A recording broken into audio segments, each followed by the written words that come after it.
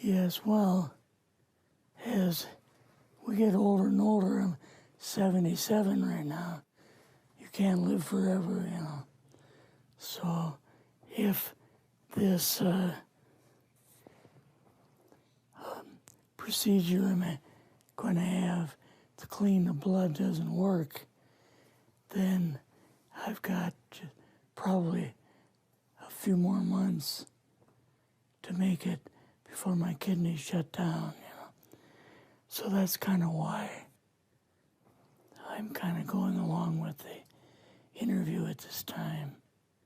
You're seeing that what you went through is just too important for people not to know about. Yeah. Yeah.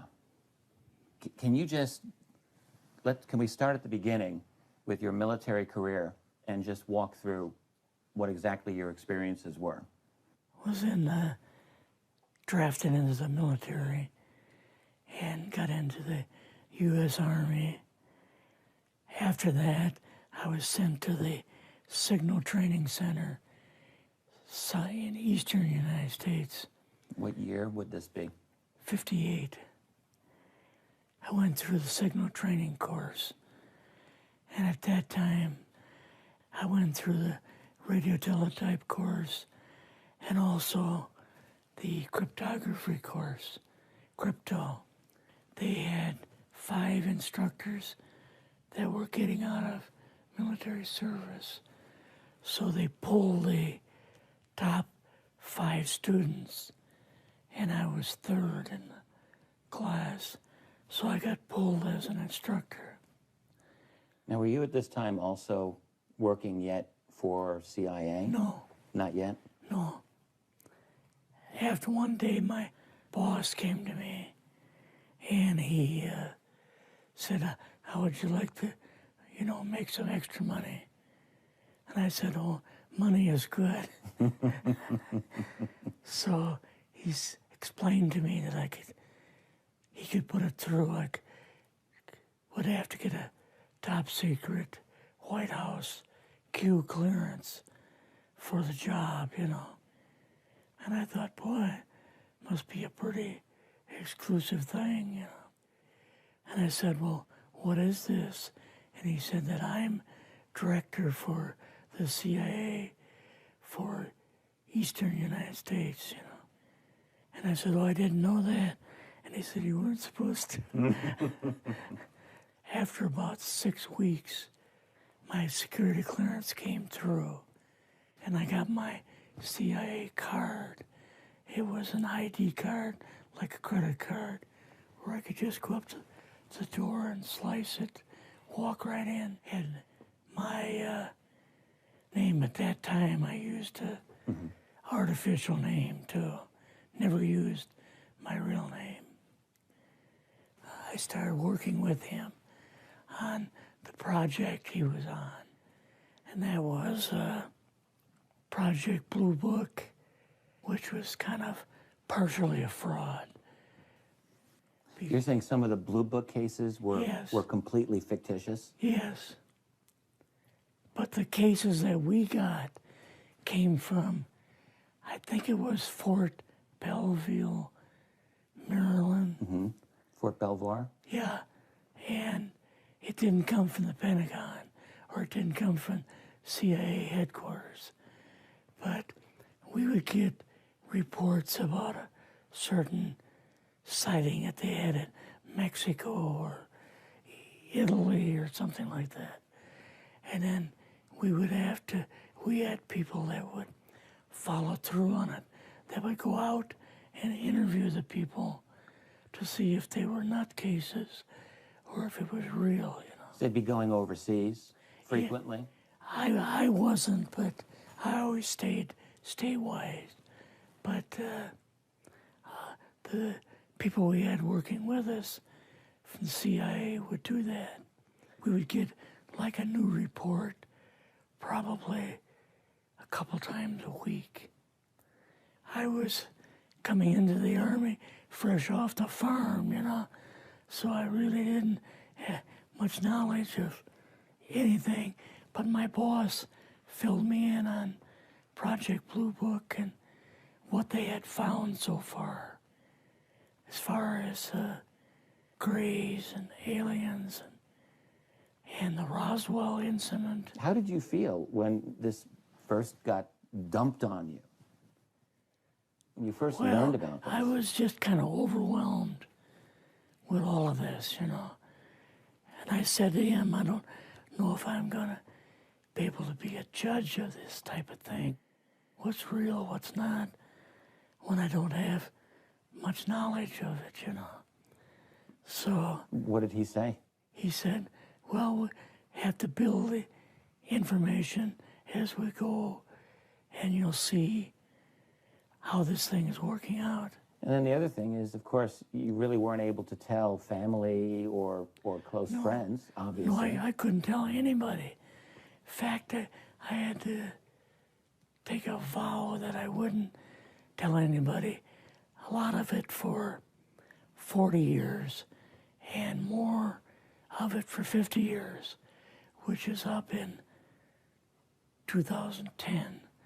You're doing all this crypto work. You're looking at images, photographs, video. It's 1958, maybe the fall of 58.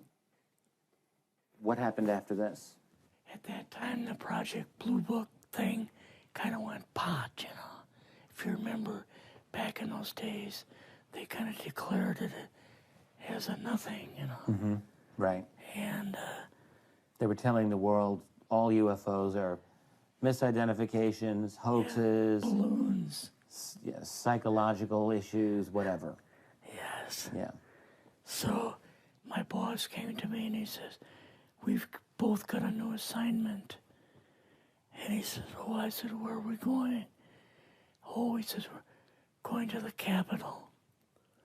We're going to be part of the Eisenhower push.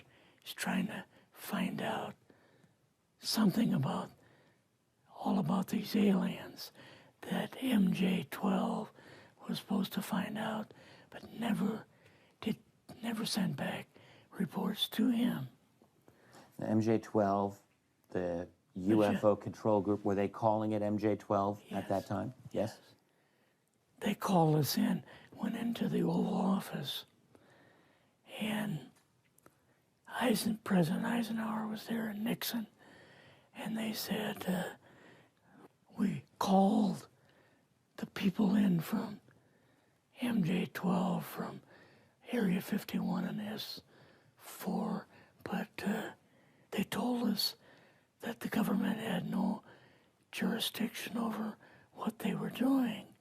So being a general, past general, you didn't tell them to go to hell without any real good reason, you know. Mm-hmm. So he said, I want you and your boss to fly out there. I want you to give them a personal message.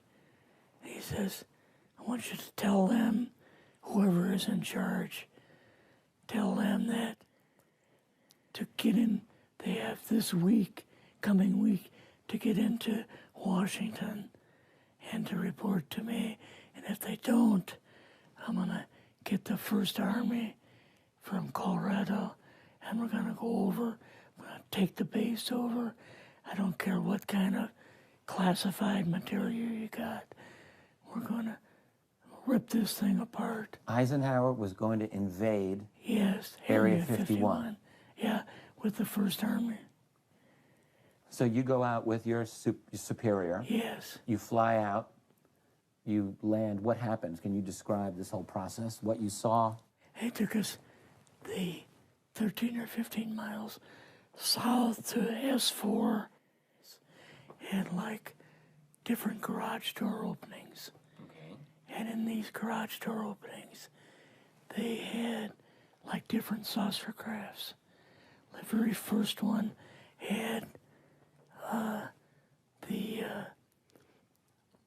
Roswell craft in. It was kind of crashed up, but apparently every alien that was in it died except for a couple. Well, the Roswell craft was really strange because it looked like real heavy aluminum foil. we could rock next to it, and you could rock it. The whole thing probably weighed 150, 300 pounds. Could they tell what the source of power was of this craft? Yeah, it was like a reverse gravitational thing of some kind. In fact, one later on, I got the mathematical code for reversing gravity in a 3x5 card. I guess there are different types of grays and so on. How did you see that evidence? Well, at the later on at S4, we viewed the autopsy film, and then the colonel said, "What we've got in here is we're interviewing a gray alien." All right, right there. How did you feel at that moment? Well, I thought, boy, we had no idea we were going to see the real thing. All we saw was film. You had to have a little bit of heart racing at that Yes. moment. My boss was able to go in and had like a partial interview with him. So what did this gray alien look like? Could you describe him a little bit? This one looked a little bit oriental. It didn't look human as far as the skin tone and basically the shape of it and the size. How was its head size compared with a normal human, for example? Brain was kind of a little bit bigger, and some of the nose was very, very small, and the ears were just like holes. Mouth was very small. Now, why were they bringing you out here at all, anyway, to see an alien? What was the point? To go back and tell the president they actually had one. So he did not know at this point No, if there was an alien at S4. no. What did you do then at Area? Were you done, or did you have other things to do with Yeah, so S4? basically we were kind of done, went back to Area 51.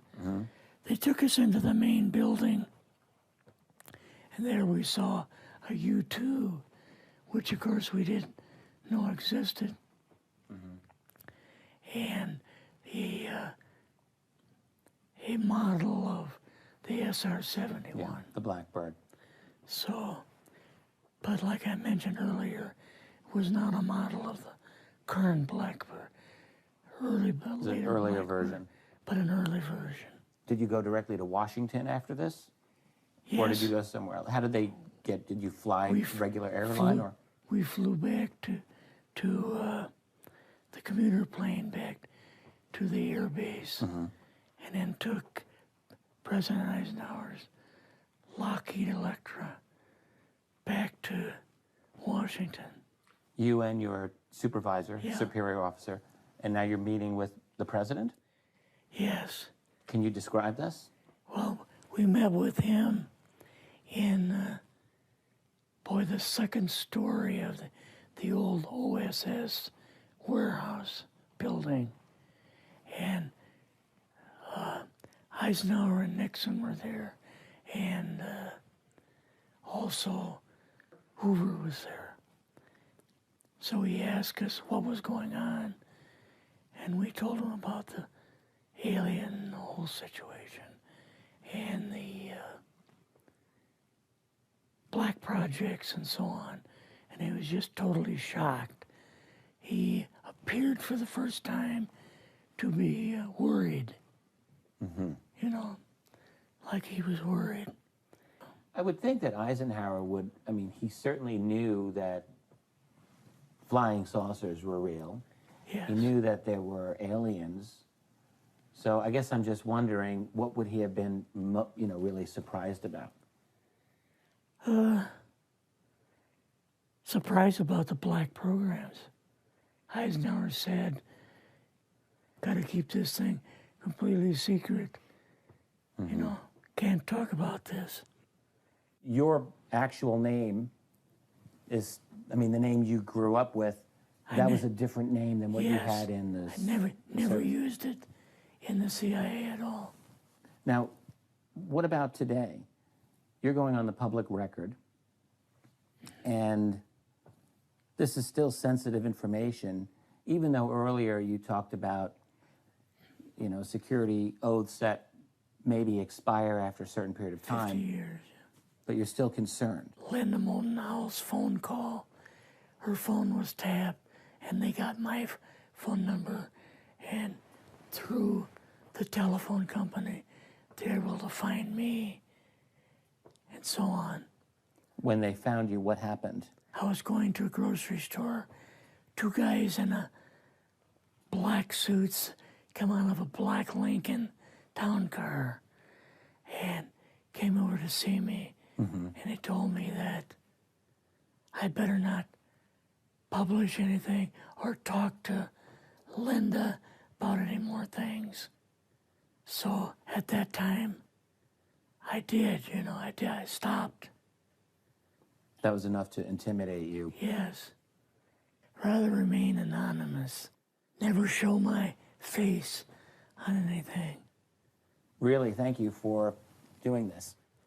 Yes, this was, I guess, kind of a good idea because I feel much better having talked about it.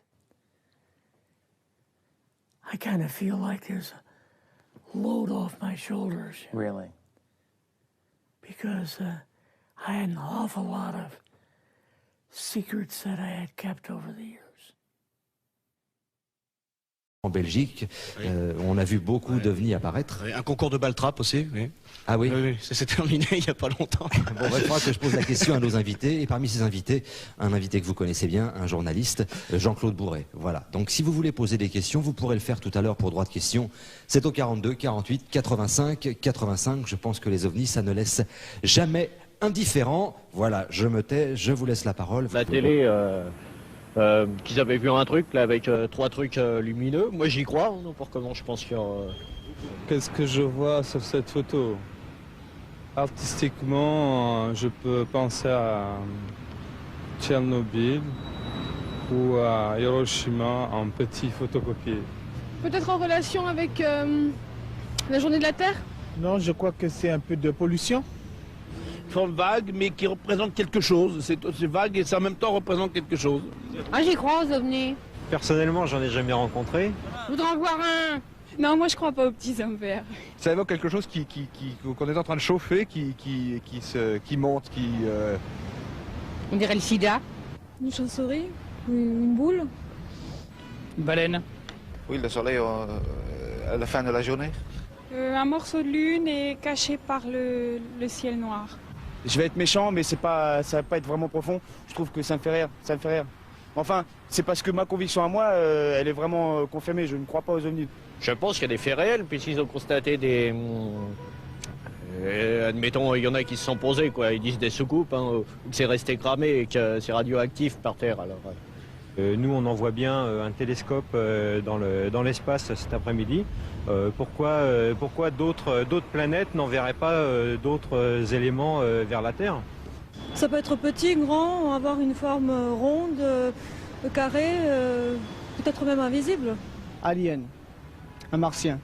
Le nez qui descend très long ou un menton avec des oreilles assez pointues. Puis la tache blanche au milieu, ça peut être un œil ou alors le cerveau. Vous n'avez rien vu? Mais comme moi, alors j'ai rien vu, alors j'y crois pas. Quand je verrai un jour, moi je vous dirai ce que j'en pense. Voilà, j'aime beaucoup ce dernier témoignage. Quand je verrai, je vous dirai ce que j'en pense. Je vous demande d'applaudir très très fort nos invités, à commencer par Ronald Marie, chroniqueur scientifique à Matin d'honneur, spécialiste du bizarre, Jean-Claude Bourret,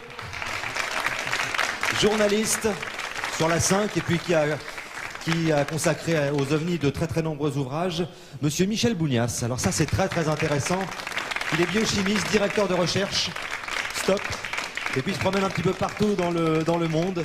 pour tenter d'élucider le mystère des ovnis. Et puis Seymour Bruxelles qui s'intéresse à ce problème. Tu t'intéresses vraiment, aux ovnis? Oui, je m'intéresse beaucoup à tout ce qui est extérieur et au cosmos. Mais dis-moi, toi, ce qui te passionne le plus, ça va intéresser. Le plus, monsieur. pour moi, c'est justement physique, c'est le magnétisme, la radiesthésie, la télépathie. Voilà. Et on en discutera tout à l'heure, peut-être. Oui, très volontiers. Voilà, on en C'est un parlera sujet tout à l'heure, très mais- important, mais un peu tabou chez nous.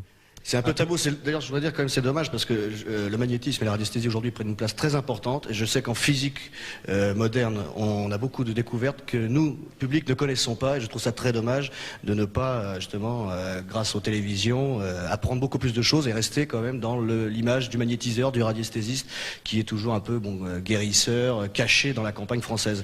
On essaiera d'éclairer ta petite lanterne tout à l'heure, c'est promis. Mais pour l'instant, petit point sur un monde ignoré, celui des ovnis avec Ronald Marie. Petit point, mais tout petit point, parce que c'est vrai que les ovnis, c'est un phénomène qui est très très bizarre et qu'on n'arrive pas à dater. On ne sait pas quand est-ce qu'on a vu la première fois un ovni.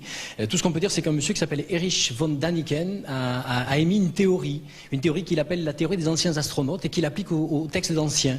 Par exemple, la Bible, quand on parle de, je sais pas moi, de l'arche de Noé, ça devient un méga engin spatial qui a emmené plein de gens comme ça. Sodome et Gomorrhe a été détruit par une méga bombe atomique. Bon, tout ça, c'est une théorie, donc on peut difficilement en parler.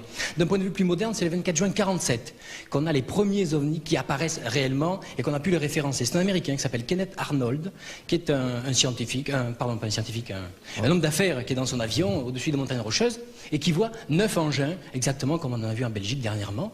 Et donc, à partir de là, on dit que les soucoupes existent parce qu'il décrit des objets en forme discoïdale. Et à partir de 1947, tout ça va revenir en vague. Il y en a en 54, 57, 74, 79, 80. 81, on parlera avec Michel Bounias tout à l'heure d'un cas précis en France. On sait depuis peu, grâce à l'ouverture, qu'à l'Est, ça se passe aussi. On a aussi des ovnis à l'Est. On sait aussi qu'en URSS, donc courant octobre-novembre, il y a eu des atterrissages.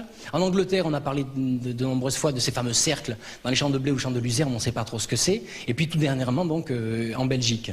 C'est une vague très très étonnante qui est, à mon avis, sans précédent. Et est-ce que vous savez pourquoi on appelle ça les petits hommes verts? Il ne sait pas. C'est parce qu'en 1943, un monsieur qui s'appelle Arnold Sherman a écrit un roman qui s'appelle Le Petit Homme Vert, que je vous présente là, qui vient de ressortir aux éditions Partage. Et c'est un ovni qui atterrit, un petit E.T. qui descend, et il est ouvert, et il va vivre de merveilleuses aventures avec les hommes. Belle Voilà, histoire. si on peut voir ce livre, ça m'intéresserait, aux éditions Partage. Voilà, Le Petit Homme Vert. Alors, Jean-Claude Bourret, ces vagues justement successives, est-ce qu'on peut les relier aux différentes conjonctures politiques qu'on vit depuis justement ces années 40? Est-ce qu'il y a une corrélation? On a essayé de faire beaucoup de corrélations avec des phénomènes de société notamment, et puis avec d'autres phénomènes comme les failles géologiques, j'en passe et des meilleurs. C'est vrai qu'en 1954, quand il y a eu la grande vague, on était en pleine guerre froide. C'est vrai qu'en 1973, lorsqu'il y a eu la deuxième grande vague qui a déferlé sur l'Europe en général et sur la France en particulier, on était 5 ans après mai 68, la société se cherchait un peu, il y avait un malaise de la société, et donc certains ont essayé de faire une corrélation sociologique entre le dysfonctionnement de la société et l'observation d'objets volants non identifiés. Et puis là, nous sommes en plein bouleversement économique, géostratégique mondial. Il y a les pays de l'Est qui sont en train de lâcher le communisme après 72 ans d'Union soviétique et 42 ans dans les pays comme l'Allemagne de l'Est.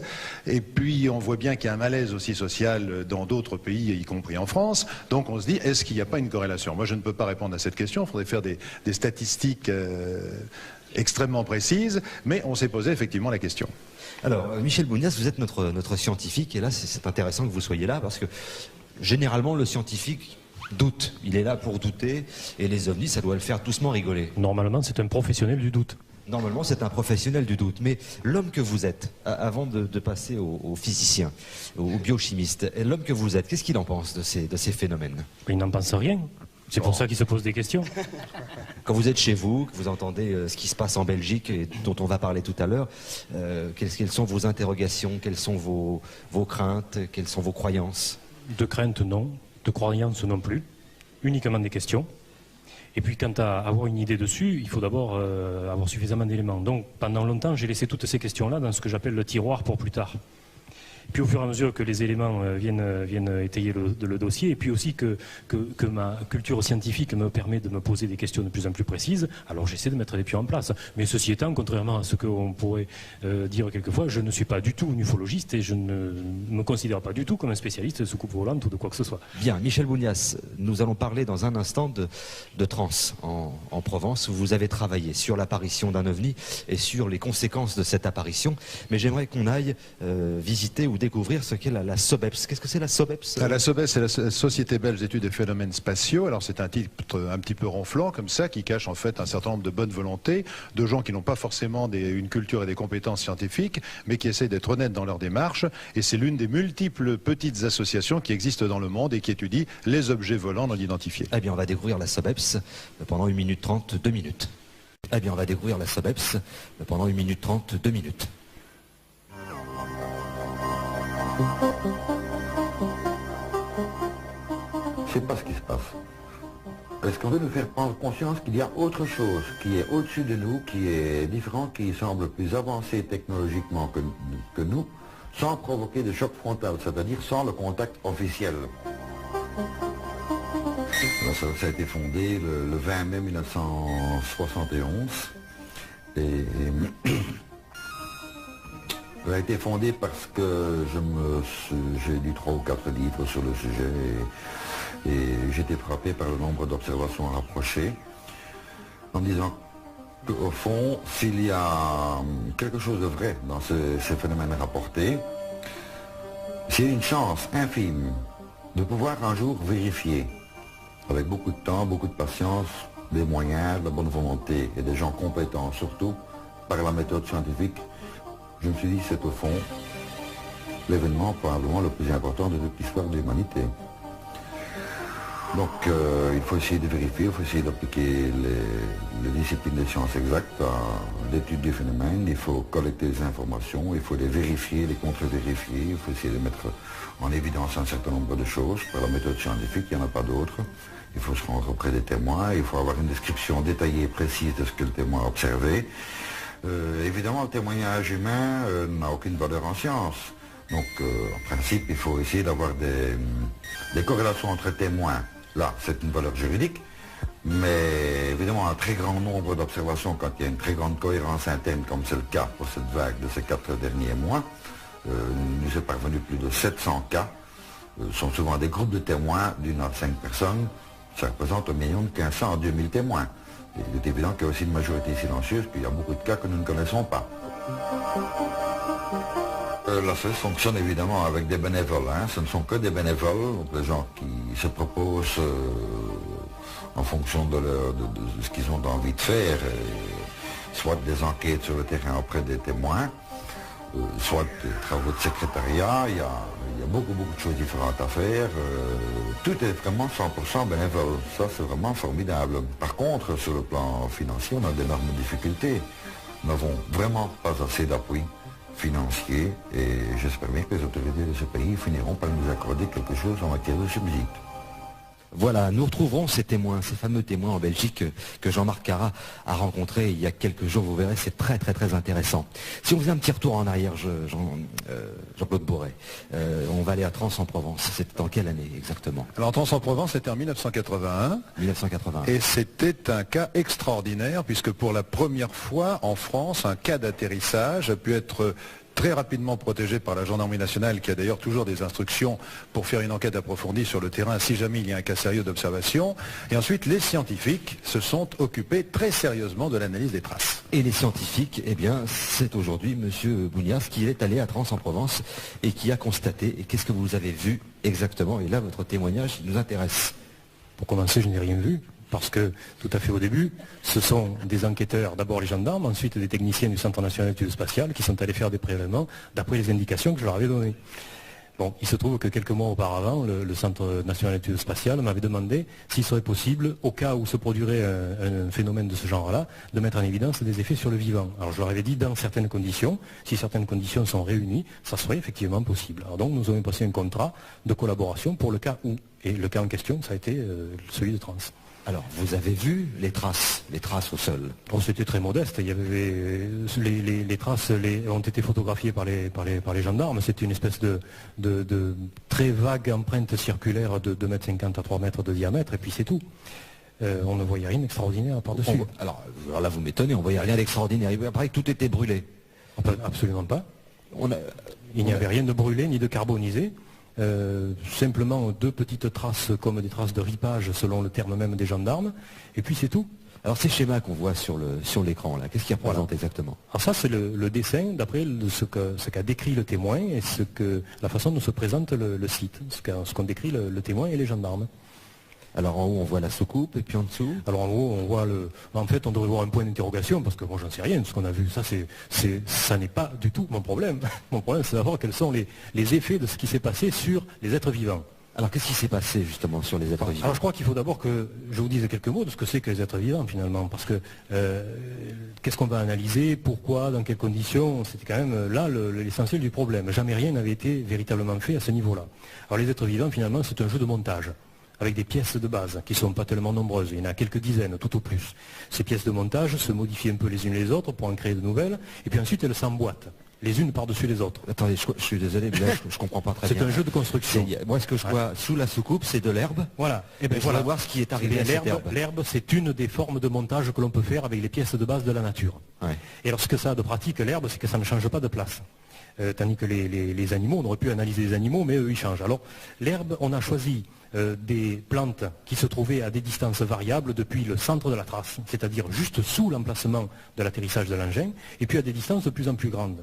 Parce que j'avais formulé l'hypothèse qu'au cas où quelque chose se produirait, qui fonctionnerait avec une certaine énergie, quelle que soit sa nature, eh bien cette influence pourrait aller en diminuant au fur et à mesure que les plantes sont plus éloignées du point d'atterrissage.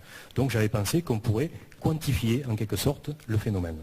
Donc alors, ce que j'ai fait, c'est des prélèvements de plantes à des distances variables et des analyses aussi complètes que possible. Je crois que j'ai dû analyser dans les 75 paramètres biochimiques différents. Paramètres biochimiques, ça veut dire des chlorophylles, par exemple, des sucres, des acides aminés qui sont les briques de base qui servent à fabriquer les protéines, etc. Donc tous ces petits ingrédients de base. Donc pour terminer, je crois que vous vous êtes aperçu que l'herbe en question avait travaillé 10 fois plus qu'en temps normal. Si vous voulez, les plantes, les feuilles de cette petite luzerne sauvage étaient toutes les mêmes, partout.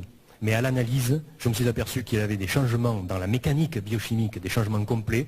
L'un de ces changements, si vous voulez, ce sont des inversions. Par exemple, dans votre voiture, vous passez la première, elle part en marche arrière. Ah oui. Bon, c'était aussi important que ça.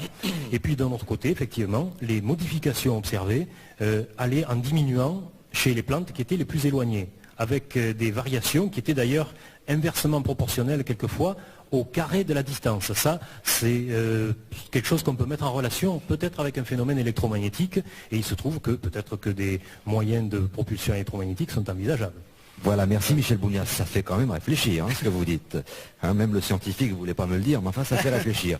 La création de la vie, de la matière à l'esprit, Michel Bougnas, aux éditions du Rocher, à lire absolument si vous voulez en savoir plus sur l'origine de comment marche cette mécanique et comment elle s'est créée. Voilà, merci beaucoup, on va vous applaudir très très fort.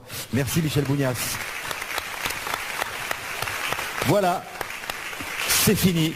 Non, ça c'est le titre de la chanson de Jean-Louis Aubert. On va reparler des ovnis tout à l'heure. Et si vous voulez nous appeler au 42 48 85 85, vous aurez un droit de question. Et c'est Jean-Claude Bourret qui se fera un plaisir d'y répondre dans un instant. Voilà, c'est fini. Aubert.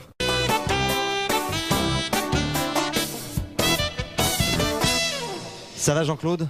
Ah oui, cette émission est très intéressante.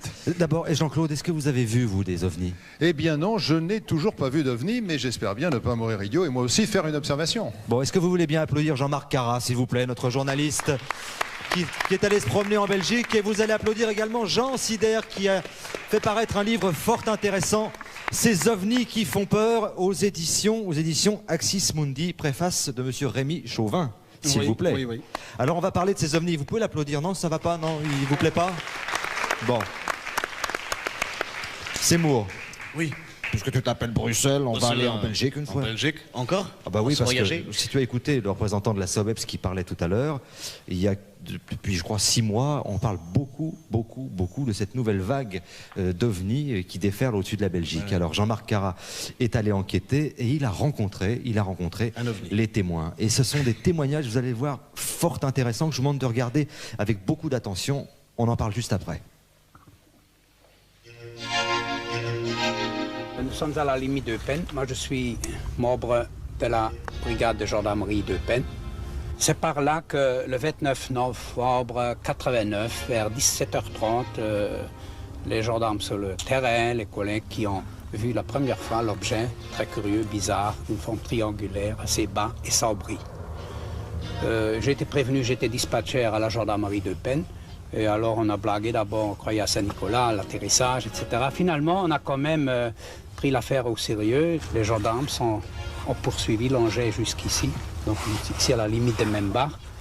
Et alors ils ont vu l'engin se déplacer vers la Gilet. Et en même temps, ils me signalent l'apparition de deuxième engin sortant derrière le bosquet, là à droite, d'une forme triangulaire également. Ils voyaient la coupole dessus, avec des petites fenêtres, et se déplacer alors vers Eupen-Balen. Ensuite, il a passé tout près de la brigade. Je l'ai vu flotter comme un fuselage, comme une arche assez longue, une pièce que j'estimais sur 10 mètres sur 3 peut-être, ou plus même. Et ça flottait comme ça, sans bruit, comme ça, devant moi. C'était beau à voir, c'était très, très beau. C'était miraculeux un petit peu. Vous voyez que c'était 3 lampes, qu'ils étaient, d'abord on croyait qu'ils venaient de devant, et puis qu'ils étaient, comment on dit, sous-posés vers le haut. Et en regardant comme ça, j'ai vu comme un triangle, vous voyez. Alors j'ai ouvert la fenêtre parce que je n'attendais rien, je me dis tu devrais attendre un bruit, et je n'ai rien attendu. On était au football, alors tout à coup on voyait le triangle avec les 3 phares et le rouge qui clignait au milieu. Alors on avait arrêté l'entraînement un moment, on avait tous regardé. Il y en a plein qui l'ont vu, deux autres disaient que c'était un avion, mais on n'entendait même pas de bruit et rien. Et ça allait vite? Quand même. Vous avez eu peur? Non, on a regardé, c'est tout. Au total, vous en avez vu combien? Ouf, je ne sais, je ne les ai pas comptés. Avec mon fiancé, on a une fois fait 80 km à la poursuite d'un objet. On le perdait de vue, et puis on continuait, et puis tout à coup il réapparaissait. Et ça a l'air comme s'il y avait 2 grands yeux là qui vous fixaient.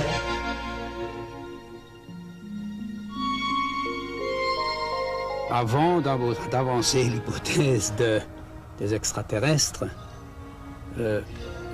moi personnellement, je pense que c'était quelques types ingénieux qui ont construit ces engins-là pour s'amuser, provoquer la curiosité des gens. Bah, si nous on sait vivre, il y a peut-être quelque chose qui vit d'une autre planète. Tu crois que c'est ça, toi? Bah oui, ils n'ont pas été sur toutes les planètes. Tu crois vraiment que c'est des extraterrestres qui viennent se promener? Ouais, pas des hommes verts, mais peut-être comme nous, mais un peu plus grands ou quoi. Enfin, on verra bien quand ça sort. Voilà, on verra bien quand ça sort. C'est un remarquable reportage, je le dis parce qu'il est très émouvant, il est émouvant, on parle de miracles, ces gens n'ont pas peur, je suis assez étonné, on verra ça tout à l'heure avec Jean Sider, mais ce qu'on oublie de dire, c'est que c'est un véritable phénomène en ce moment en Belgique, Jean-Marc Carat. Oui, ce qu'il faut dire, c'est que tout ça se situe dans l'est de la Belgique. C'est une zone qui est toute petite, ça fait peut-être 40 km sur 40, entre Liège et la frontière allemande à peu près. Et il y a une véritable banalisation des observations. Les gens en voient pratiquement tous les jours, tous les soirs. Et c'est incroyable, c'est incroyable. On se promène n'importe où, on demande aux gens, alors les ovnis, ah oui, on en a vu hier, avant-hier, mes voisins en ont vu, tout le monde en a vu. Et comme vous l'avez vu, les gendarmes ont vu ça, l'ont vu très souvent, on fait des rapports. Il y a une sorte d'officialisation des ovnis. Voilà, il y a la caution du gendarme, donc on peut parler. Je crois que ça a été très important dans cette région. Comme partout, les gens n'auraient peut-être pas osé avouer avoir vu ce genre de phénomène. Mais à partir du moment où, en novembre dernier, les gendarmes on notait ça officiellement, on fait intervenir l'armée de l'air, l'armée belge, tout le monde a officialisé les ovnis. Les gens, bon, ben, maintenant, sans problème, disent oui, on a vu hier soir un objet de telle forme. Enfin, les gens n'ont plus peur du ridicule, en fait. Alors, Jean-Claude Bourret, le gendarme, hein, la caution du gendarme, ça, vous la connaissez bien, vous en avez régulièrement parlé dans vos journaux, dans les livres. Ces journaux ou ces gendarmes, ils recueillent des témoignages, combien par an à peu près? Alors ça varie évidemment selon les périodes, mais je me suis renseigné avant de venir à votre émission pour donner les toutes dernières informations. Vous savez que le Centre national d'études spatiales étudie officiellement les ovnis depuis 1974 environ. Il y a eu le GEPAN, le groupe d'études des phénomènes aérospatiaux non identifiés, qui a été dissous et qui a été remplacé par un centre qui est chargé d'étudier les phénomènes de retombées dans l'atmosphère, mais qui étudie aussi les ovnis. Eh bien, au cours des dernières années, au cours des 3 dernières années, il y a environ 50 observations par an qui font l'objet d'un rapport de gendarmerie. Et sur ces 50 observations, il y en a 20%, c'est-à-dire environ 10 par an, donc pratiquement une par mois, qui n'est pas explicité. Donc ça vous donne le rythme des observations solides, sérieuses en France. Est-ce qu'un jour, on pourra parler des ovnis sans avoir peur du ridicule? Est-ce qu'on pourra se passer de la caution du gendarme? Parce que là, je lis, 5% des observations parviennent et le reste, eh bien, c'est caché, quoi. On n'ose pas le dire parce qu'on a peur de passer pour un charlatan, pour un fou, pour un ivrogne. Non, je crois que ça c'est fini. Je crois que le côté ridicule, qui était d'ailleurs assez justifié au départ, parce qu'il faut dire que les journalistes vendaient du papier avec les ovnis. On a parlé tout à l'heure de l'histoire des petits hommes verts. Moi, j'ai pas la même origine. Les petits hommes verts, c'était en 1954, lorsqu'il y a eu la grande vague d'observation aux États-Unis. Il y avait de la soucoupe volante tous les jours à la radio, dans les journaux de presse écrite, et puis un tout petit peu à la télévision qui était naissante. Et un jour, il y a un coiffeur qui a voulu se faire un coup de pub. Et il y avait une autoroute qui avait pris toute la clientèle de ce coiffeur, c'est-à-dire que les chauffeurs routiers ne s'arrêtaient plus pour se faire couper les cheveux. Alors il a acheté 2 singes Rhésus, il les a tués, il les a peints en vert, il a téléphoné aux journaux en disant « Venez vite, il y a une soucoupe volante qui m'a attaqué, j'ai réussi à tuer 2 extraterrestres avant qu'ils ne repartent. » Les journalistes sont venus, ils ont fait des photos des singes en disant les petits hommes verts qui ont été abattus. Ça a tenu évidemment 24 heures et depuis on parle des petits hommes verts. Donc j'ai pas la même version que tout à l'heure. Jean-Marc Carrat, c'est vrai que dans ce reportage, on n'a pas l'impression que les gens ont peur, on a même l'impression qu'il y a une espèce d'accoutumance. Ce sont presque des copains, hein. Quand on entend les enfants parler, on joue au foot, on les voit passer, on s'arrête 2 minutes, on regarde. Ça fait un peu penser au film de Spielberg. C'est formidable ça, mais je crois que c'est important justement pour le fait de pousser les gens à en parler. C'est bien de voir que ça fait pas peur, quoi. C'est toujours l'image de l'extraterrestre, ça fait toujours peur. Et là c'est bien justement de banaliser ça, et je crois que ça va entraîner d'autres témoignages. Personne n'a eu peur. Non, les gens n'ont pas eu peur, a priori. Ils sont même habitués maintenant à voir leurs ovnis. Mais ils sont assez crédibles, parce que ces gens-là qui voient des objets qui dépassent l'entendement, je dirais pas longueur de nuit, mais presque, ces gens-là ne croient pas à l'invasion extraterrestre, la plupart d'entre eux. En tout cas, les gens vous disent, c'est peut-être un plaisantin, comme ce gendarme, ou ils vous disent, il y a des essais secrets, on parle de beaucoup de choses, mais ils voient des engins qui dépassent leur imagination, extraordinaires, sans bruit, ça passe, ça s'arrête, ça démarre, et ils vous disent, non, avant de parler des extraterrestres, il faut voir autre chose avant. C'est la raison pour laquelle ils n'ont pas peur, alors? Non, ils n'en ont pas peur. C'est la raison pour laquelle il y a des gens qui ont eu peur lors des observations. Il y a des gens qui ont eu très peur, qui ont vu ça la nuit dans leur maison isolée, qui ont vu des phares et qui se sont sauvés de chez eux. C'est ce que j'ai vu, ces gens-là. Mais je crois, messieurs, je crois que vous n'avez pas lu le livre de Jean Sider, justement, aux éditions Equis. Parce que si vous lisez ce livre, ultra top secret, eh bien vous apprendrez que ces ovnis font peur, Jean Sider. Oui, en fait, bon, comme disait tout à l'heure Jean-Claude Bourret, les ovnis dans le public ne font pas peur. Quand j'ai dit ces ovnis qui font peur, ils font peur au pouvoir. Il y a toute une structure du pouvoir qui a peur des ovnis parce que c'est la peur de l'inconnu, c'est la peur des gens qui peuvent être plus forts que vous. Au niveau scientifique, ça peut remettre en cause le dogme. Le dogme, chez les scientifiques, c'est l'unicité de l'homme dans l'univers. Donc, en religion, ça peut remettre aussi en cause bien des concepts, ne serait-ce que l'existence de Dieu. On a peur des ovnis à tous les niveaux.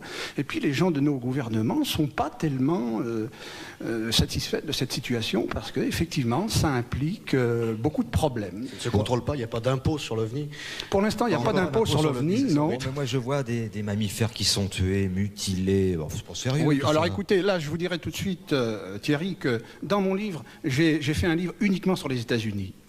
Parce que je suis spécialisé sur ce qui se passe aux États-Unis. C'est là-bas que tout a commencé. et c'est là-bas que se passe le plus grand nombre de faits bizarres. Alors j'ai présenté 3 dossiers, un dossier sur les magouilles du gouvernement américain pour dissimuler la vérité sur les ovnis, et j'ai présenté un deuxième dossier qui est typiquement américain sur les mutilations de bétail, mais ça on ne connaît pas ça en Europe. J'ai eu vent de quelques cas en Suède récemment, mais enfin c'est pas probant.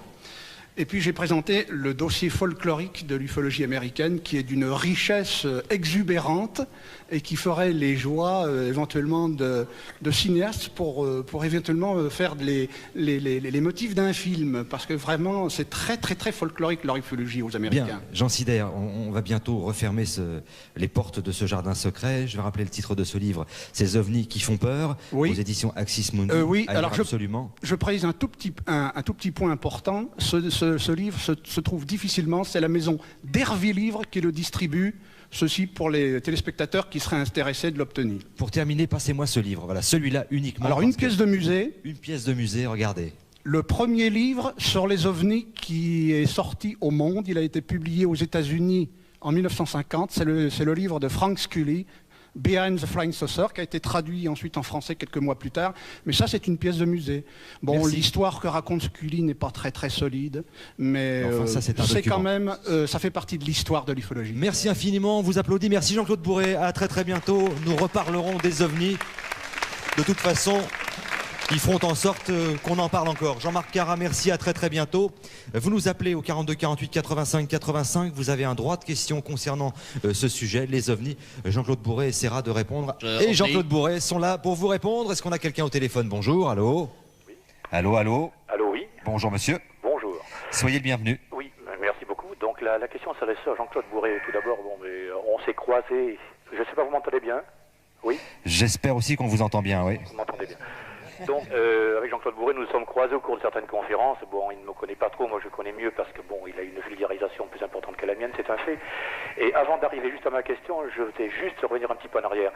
Je voudrais qu'il me dise quel a été son rôle, le rôle qu'il a joué quand il était à l'époque présentateur du journal, pour l'histoire de Sergi Pontoise, de Franck Fontaine, parce que j'étais un des seuls, avec un ami qui se prénomme Émile, à faire donc un droit de réponse sur FR3 quelques mois plus tard, faisant état de la magouille qu'il y avait eu, l'affaire de Sergi Pontoise, montée de toutes pièces complètement, et ceci dans la bouche même de Jean-Pierre Prévost. Il s'agit là donc d'une affaire d'ovni. Oui, il s'agit d'une affaire d'ovni, c'était une histoire extraordinaire, je ne sais pas si vous en souvenez, il y a combien, 8-10 ans, quelque chose comme ça? Environ une dizaine d'années, oui. Une dizaine d'années, il y avait des jeunes gens, bien sympathiques d'ailleurs, qui prétendaient que les ovnis avaient atterri, qu'il y avait eu des contacts, qu'ils étaient même montés, l'un d'entre eux avait été enlevé par un extraterrestre, enfin une soucoupe volante, et puis que les ovnis devaient revenir, et il y a eu des centaines de personnes qui sont revenues. Et ces gens-là sont venus me voir, à l'époque j'étais à TF1, et j'ai discuté longtemps avec eux, ils avaient l'air tout à fait sincères, mais je sentais à travers les questions que je posais qu'il y avait quelque chose qu'ils ne connaissaient pas, ce qui fait que je n'ai absolument pas exploité à l'antenne cette information, et bien m'en a pris, parce que l'expérience a prouvé que c'était un canular. Oui. Voilà, c'était la question que vous vouliez poser. Non, la question que je voulais poser, c'était là un petit aparté que je voulais faire avant. La question que je voulais poser, je voulais que M. Jean-Claude Bourret puisse, s'il pouvait me répondre à la question suivante. Oui. Autrefois, il existait le GEPAN, bien sûr. Donc j'ai eu différents problèmes avec ce service-là, au cours des diverses enquêtes que j'ai fait. D'ailleurs, hors antenne, j'aurais donné les coordonnées à M. Bourret. Si vous pouvez poser votre question. Je voudrais qu'il puisse me parler de la clinique qui est proche de Toulouse, qui dépend de l'armée et du GEPAN, enfin de l'ex-GEPAN. De la clinique qui dépend de l'armée. Cette fameuse clinique où ont été amenées certaines personnes qui ont eu des contacts deuxième et troisième type. Et d'ailleurs même Jimmy Guilleux a vulgarisé la chose, on a fait quand même beaucoup d'argent, mais il y a eu une clinique où on a pratiqué quand même de l'hypnose, on a mis les gens sous hypnose pour voir s'ils disaient la vérité, pour reprendre un petit peu l'histoire de Betty Bernils. On a voulu faire les mêmes choses dans cette clinique-là, et les gens quand ils sont sortis de cette clinique ont fini par dire uniquement ils ne se rappelaient plus de rien. Alors, je voulais savoir, est-ce que vous êtes au courant de cette clinique-là? Non, je ne connais pas cette clinique de l'armée. Je crois qu'on est un petit peu dans le domaine que je connais bien pour avoir fréquenté beaucoup de gens qui s'intéressent aux ovnis, c'est-à-dire les gouvernements nous mentent, on nous cache tout, il y a un complot international. À mon avis, tout ça c'est faux parce qu'on ne pourrait pas cacher quelque chose d'aussi important aussi longtemps. Merci monsieur, merci beaucoup d'avoir appelé. Je crois qu'on a une question dans le public. On a quelqu'un qui veut vous interroger, Jean-Claude Bourret. Bonjour monsieur, comment vous appelez? Bonjour, je m'appelle Thierry Taranto. J'aurais voulu savoir si vous avez entendu parler d'un livre qui s'appelle Les dossiers secrets de la NASA, qui est décrit par Jean-Bernard Crollard. et ce sont des récits d'un chercheur de la NASA qui révèle que quand les Américains ont été sur la Lune, on trouvait des usines souterraines. Que pensez-vous de cela ? Je crois que c'est une aimable plaisanterie, comme les histoires de cliniques de l'armée. Les armées dans tous les pays du monde ont des cliniques, ne serait-ce que pour soigner les soldats qui sont ou malades ou qui sont blessés au champ d'honneur. Mais il n'y a pas de cliniques secrètes dans lesquelles on met des gens sous hypnose pour essayer de leur faire dire comment ils ont été enlevés par des extraterrestres. Donc je connais ce livre, je sais que c'est un tissu d'affabulation. Et il y a malheureusement plein d'ouvrages, les triangles des Bermudes dans un autre domaine, qui font appel à la crédulité publique. Et il faut être extrêmement vigilant quand on est face à ce genre d'écrivain. Voilà, est-ce qu'on peut avoir un autre téléphone au 42 48 85 85 ? Non, c'est fini ? Voilà, donc on se met d'accord. On déborde. On s'arrête là, donc plus d'appels. Merci, droit de question, j'espère qu'on a été assez clair. Merci beaucoup Jean-Claude Bourret. Merci à vous. À très bientôt, vous revenez parce que vous êtes quand même un de nos spécialistes et on a besoin de vos lumières. Alors on va tout de suite commencer par Jean-Pierre Petit, donc 54 ans, directeur de recherche au CNRS. Il est ingénieur en aéronautique de formation. Je dis tout ça pour montrer que vous êtes un homme sérieux, parce que parfois il y a des gens qui se posent des questions. Vous avez publié un ouvrage sur les ovnis, et puis là, vous allez un peu plus loin, puisque chez Albin Michel, vous publiez cette enquête sur des extraterrestres qui sont déjà parmi nous. Et l'histoire que vous nous contez au tout début de ce livre est proprement fantastique, puisque vous nous racontez qu'en 1934, il y a eu des essais radio à bord d'un navire de pêche norvégien, que ces essais radio sont allés vers le ciel et qu'ils ont fini par toucher au bout de 15 ans une planète qui s'appelle Humo. Et donc cette planète, au bout de ces 15 années-lumière, a été touchée par ces signes qui venaient de Terre. Et les Humides, donc les habitants d'Humo, ont décidé, puisqu'ils avaient vu ce petit signe qui venait de la Terre, ils ont décidé de venir parmi nous, ce qu'ils ont fait l'année suivante. Bien alors, d'abord, je voudrais préciser une chose, c'est en accord avec ma direction générale, je parle au nom de Jean-Pierre Petit, directeur. Et non pas du CNRS, on est d'accord. Et non pas du CNRS. Bon, je suis absolument pas marginal. Et ensuite, je veux dire, bon, enquête sur des extraterrestres qui sont déjà parmi nous. Ma position, moi, c'est que j'ai étudié pendant 15 ans un dossier. J'ai planché sur les données scientifiques qui étaient dedans. Et j'en ai sorti une solution de l'équation d'Einstein, de la relativité générale. Donc c'était un travail d'un assez haut niveau. Et j'aurais pas pu faire ce travail-là si j'avais pas eu ces données scientifiques présentes dans ces textes. Donc ceci, plus un certain nombre de faits qui sont racontés dans le livre, me laisse à penser que la probabilité pour que ce dossier soit d'origine terrienne me paraît faible. Vous voyez, la position des scientifiques, c'est pas je crois et c'est pas le présent. La probabilité me paraît faible. Maintenant, si un jour on pouvait m'amener les 5 PP cosmologistes qui sont amusés pendant 28 ans à envoyer des documents et des informations scientifiques à titre de farce. Vous ne seriez pas gêné d'être confondu? Eh bien, je dirais, bon, à ce moment-là, vous m'avez manœuvré pendant 15 ans, chapeau. Simplement, je pense qu'il est peu probable que ça se produise. Alors, expliquez-moi pourquoi, parce que c'est vrai que votre théorie est très séduisante, bien entendu, mais pourquoi vous êtes persuadé que cette arrivée donc, des extraterrestres s'est passée en 1950, pas très loin de Digne, etc. Ça n'est pas étonnant. Je ne suis pas persuadé. Vous voyez, il y a un tas de papier qui fait 1500-2000 pages, dans lequel il y a deux choses. Il y a un aspect, si vous voulez, anecdotique, avec ce que ces textes racontent. Nous sommes arrivés en 50, nous avons fait ceci, nous avons fait cela. Ça, j'ai aucune preuve que ce soit vrai. Maintenant, la seule chose que je dis, moi, c'est que là-dedans, il y a des informations scientifiques de très haut niveau, solides, que la présomption donc, du canular grossier me paraît peu probable, que la manipulation par un organisme genre CIA aussi me paraît peu probable, et puis de quel côté qu'on tire les ficelles de ce dossier, on trouve des choses assez curieuses. Alors, vous savez comment sont les journalistes, ils aiment recouper leurs sources, j'imagine qu'un scientifique fait la même chose. Est-ce que vous êtes persuadé de l'origine de vos sources? D'abord, comment vous arrivez ces papiers, ces informations, ces messages? Je veux dire que ça a commencé il y a 15 ans. Un de mes collègues, qui était astronome, m'a dit, tiens, j'ai une vingtaine de feuillets, tapez la machine en espagnol. C'était Claude Poher du CNES qui s'était procuré ça. Et regarde, c'est assez amusant. Ce sont des dossiers qui sont signés par des gens qui prétendent venir d'une autre planète. Alors moi, j'ai accueilli ça avec le sourire. Je me suis plongé là-dedans et j'ai trouvé des informations technico-scientifiques qui me paraissaient relativement solide. Bon, j'en parle dans le livre sur des choses concernant la résistance des matériaux, la mécanique des fluides, etc. Alors, j'ai été tenté d'aller plus loin, et puis j'ai commencé à sortir de ça un petit peu d'informations scientifiques. Ça a orienté mes travaux. Puis je vous dis, j'aurais jamais rien publié si j'avais pas fait ce coup en 88-89 sur la relativité générale. Je veux dire qu'il y a quand même une chose, c'est qu'en 6 mois, je me suis recyclé en activité générale et j'ai sorti un boulot, je dirais au top niveau dans le domaine, en 6 mois. C'est un peu court. Alors, donc ça ne se produit que quand on connaît la solution. Alors ça, on est bien persuadé de la qualité de vos travaux scientifiques. D'ailleurs, tous vos collègues les reconnaissent. Il n'y a jamais eu de contestation. Jamais personne nous a téléphoné en disant cet homme est un farceur. Mais là, quand vous nous dites que le 28 mars 1950 à 4h16 GMT sont arrivés dans les Alpes de Haute-Provence, aujourd'hui près de Digne, des petits hommes verts, qui n'étaient pas verts d'ailleurs du tout, mais qui sont des humides, des extraterrestres, on a besoin de vous croire. C'est pas moi qui dis ça. C'est pas moi qui dis ça. Je veux dire, ce sont ces documents qui le disent. Moi, je suis scientifique, je fais une analyse de contenu. J'ai raconté ce qui se trouvait dans ces documents, mais en le présentant comme tel. Alors, on parle plus de vous, on parle des documents maintenant. Oui, on parle donc, ces documents vous disent que ces êtres sont restés sur Terre, ils sont repartis, et ils sont parmi nous. En faible quantité. Oui, quand on a un dossier comme ça, si c'est complètement farfelu, c'est pas crédible. S'il y a un contenu scientifique qui paraît un peu solide, alors à ce moment-là, examinons un petit peu ce que ça raconte. Alors ce que ça raconte, c'est une arrivée sur Terre en 50 et puis une pénétration du système social terrestre, migration en Espagne avec un certain nombre de choses qui sont racontées aussi dans le bouquin de Martin Castello, des aspects anecdotiques, etc. Alors là-dedans, il y a à chaque fois des choses qui se présentent. Par exemple, je crois qu'on va passer cette cassette tout à l'heure avec cette voix. Oui. Bon, ça aussi, ça ne représente pas une preuve, par exemple. C'est pas des voix d'extraterrestres, c'est une cassette qu'on m'a communiquée en 75. Moi, je vous l'amène en 91, donc pour vous, elle date de 91. Il y a un côté juridique là-dedans. On va essayer d'écouter, puisqu'on en parle, justement. On peut raconter l'histoire en gros. Oui.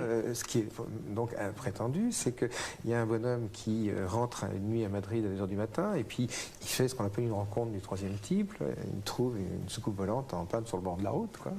Et après, il rejoint Madrid, et puis il raconte cette histoire-là à sa femme, et puis les journalistes s'en parlent, la presse en parle, et à ce moment-là, quelques jours après, il entend des gens qui lui téléphonent avec une voix un peu genre voix de canard. On va écouter cet enregistrement puisque vous nous l'avez amené, donc voix de canard, mais enfin c'est de l'espagnol. Hein. Oui, mais je veux dire que, pour expliquer un petit peu l'histoire, juste un détail, alors les types l'appellent en disant ça nous intéresse, on va venir. Et puis alors comme il connaît des gens qui sont liés à cette affaire Homo, les types se disent mais ça y est, ce sont ces extraterrestres. Donc le jour dit, il n'y a pas Denis et sa femme, il y a 30 personnes qui sont là en véritable embuscade. À ce moment-là, les gars ne viennent pas, téléphonent, et Fariols, qui a un micro ventouse, le colle sur le téléphone et réussit à intercepter les voix. Donc les voix sont... on va les écouter. On va l'écouter. Renaud.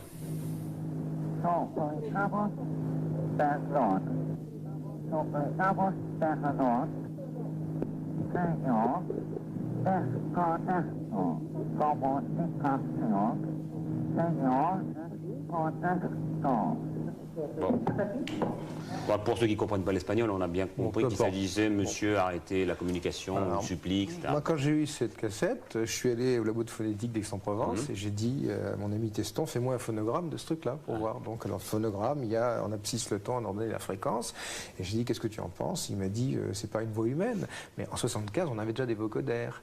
Mais si la cachette date vraiment de 68, comme le présentait l'espagnol, alors ça, c'est intéressant. Parce que là, à ce moment-là, il n'y avait pas de voix. Il n'y avait pas de voix synthétique. On ne savait pas faire des voix de synthèse comme ça. Donc, c'est tout. Je veux dire qu'il faut là-dedans... C'est troublant, obligatoirement. Oui, mais il faut avoir une rigueur un petit peu d'enquêteur. Hein.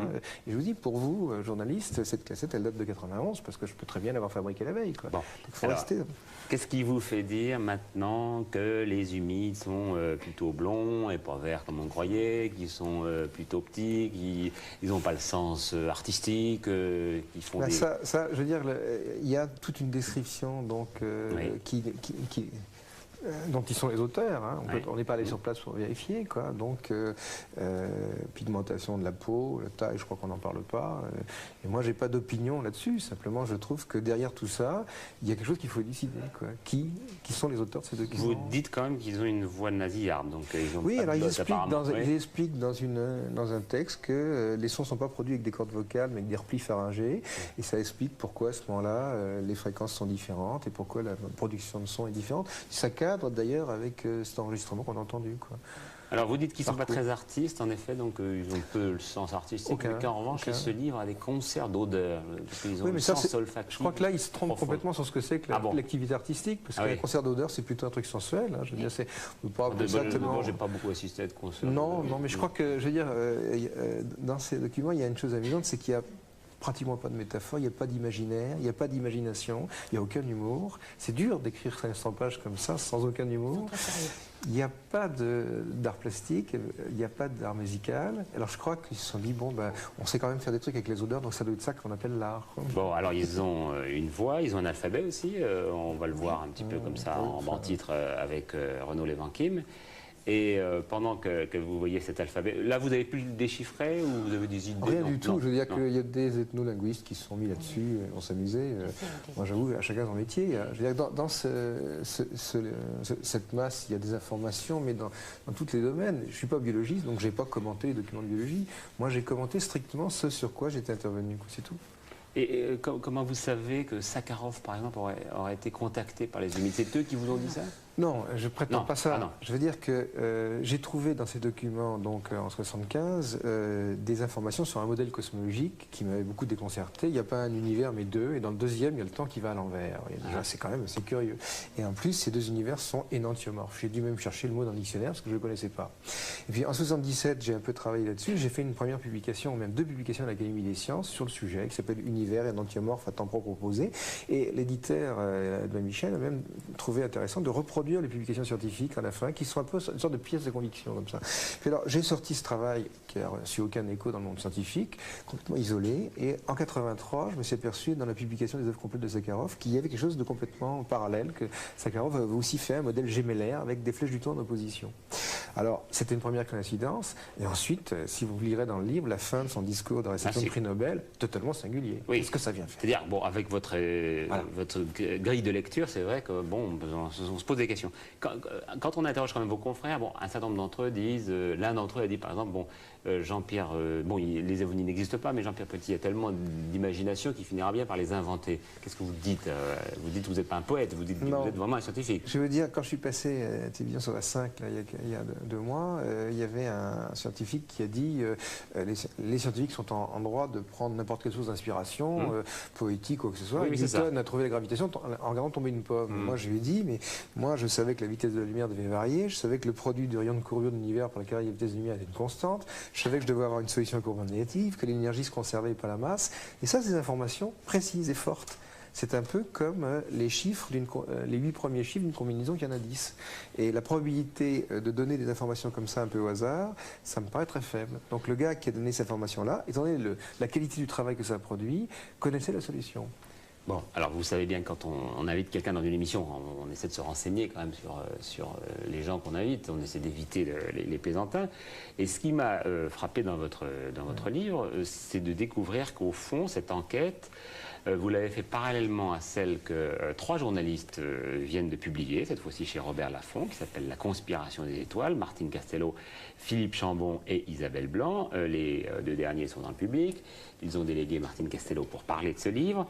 Et vous confirmez entièrement ce que Jean-Pierre Petit annonce, ou en tout cas... Presque, mais pas tout à fait quand même.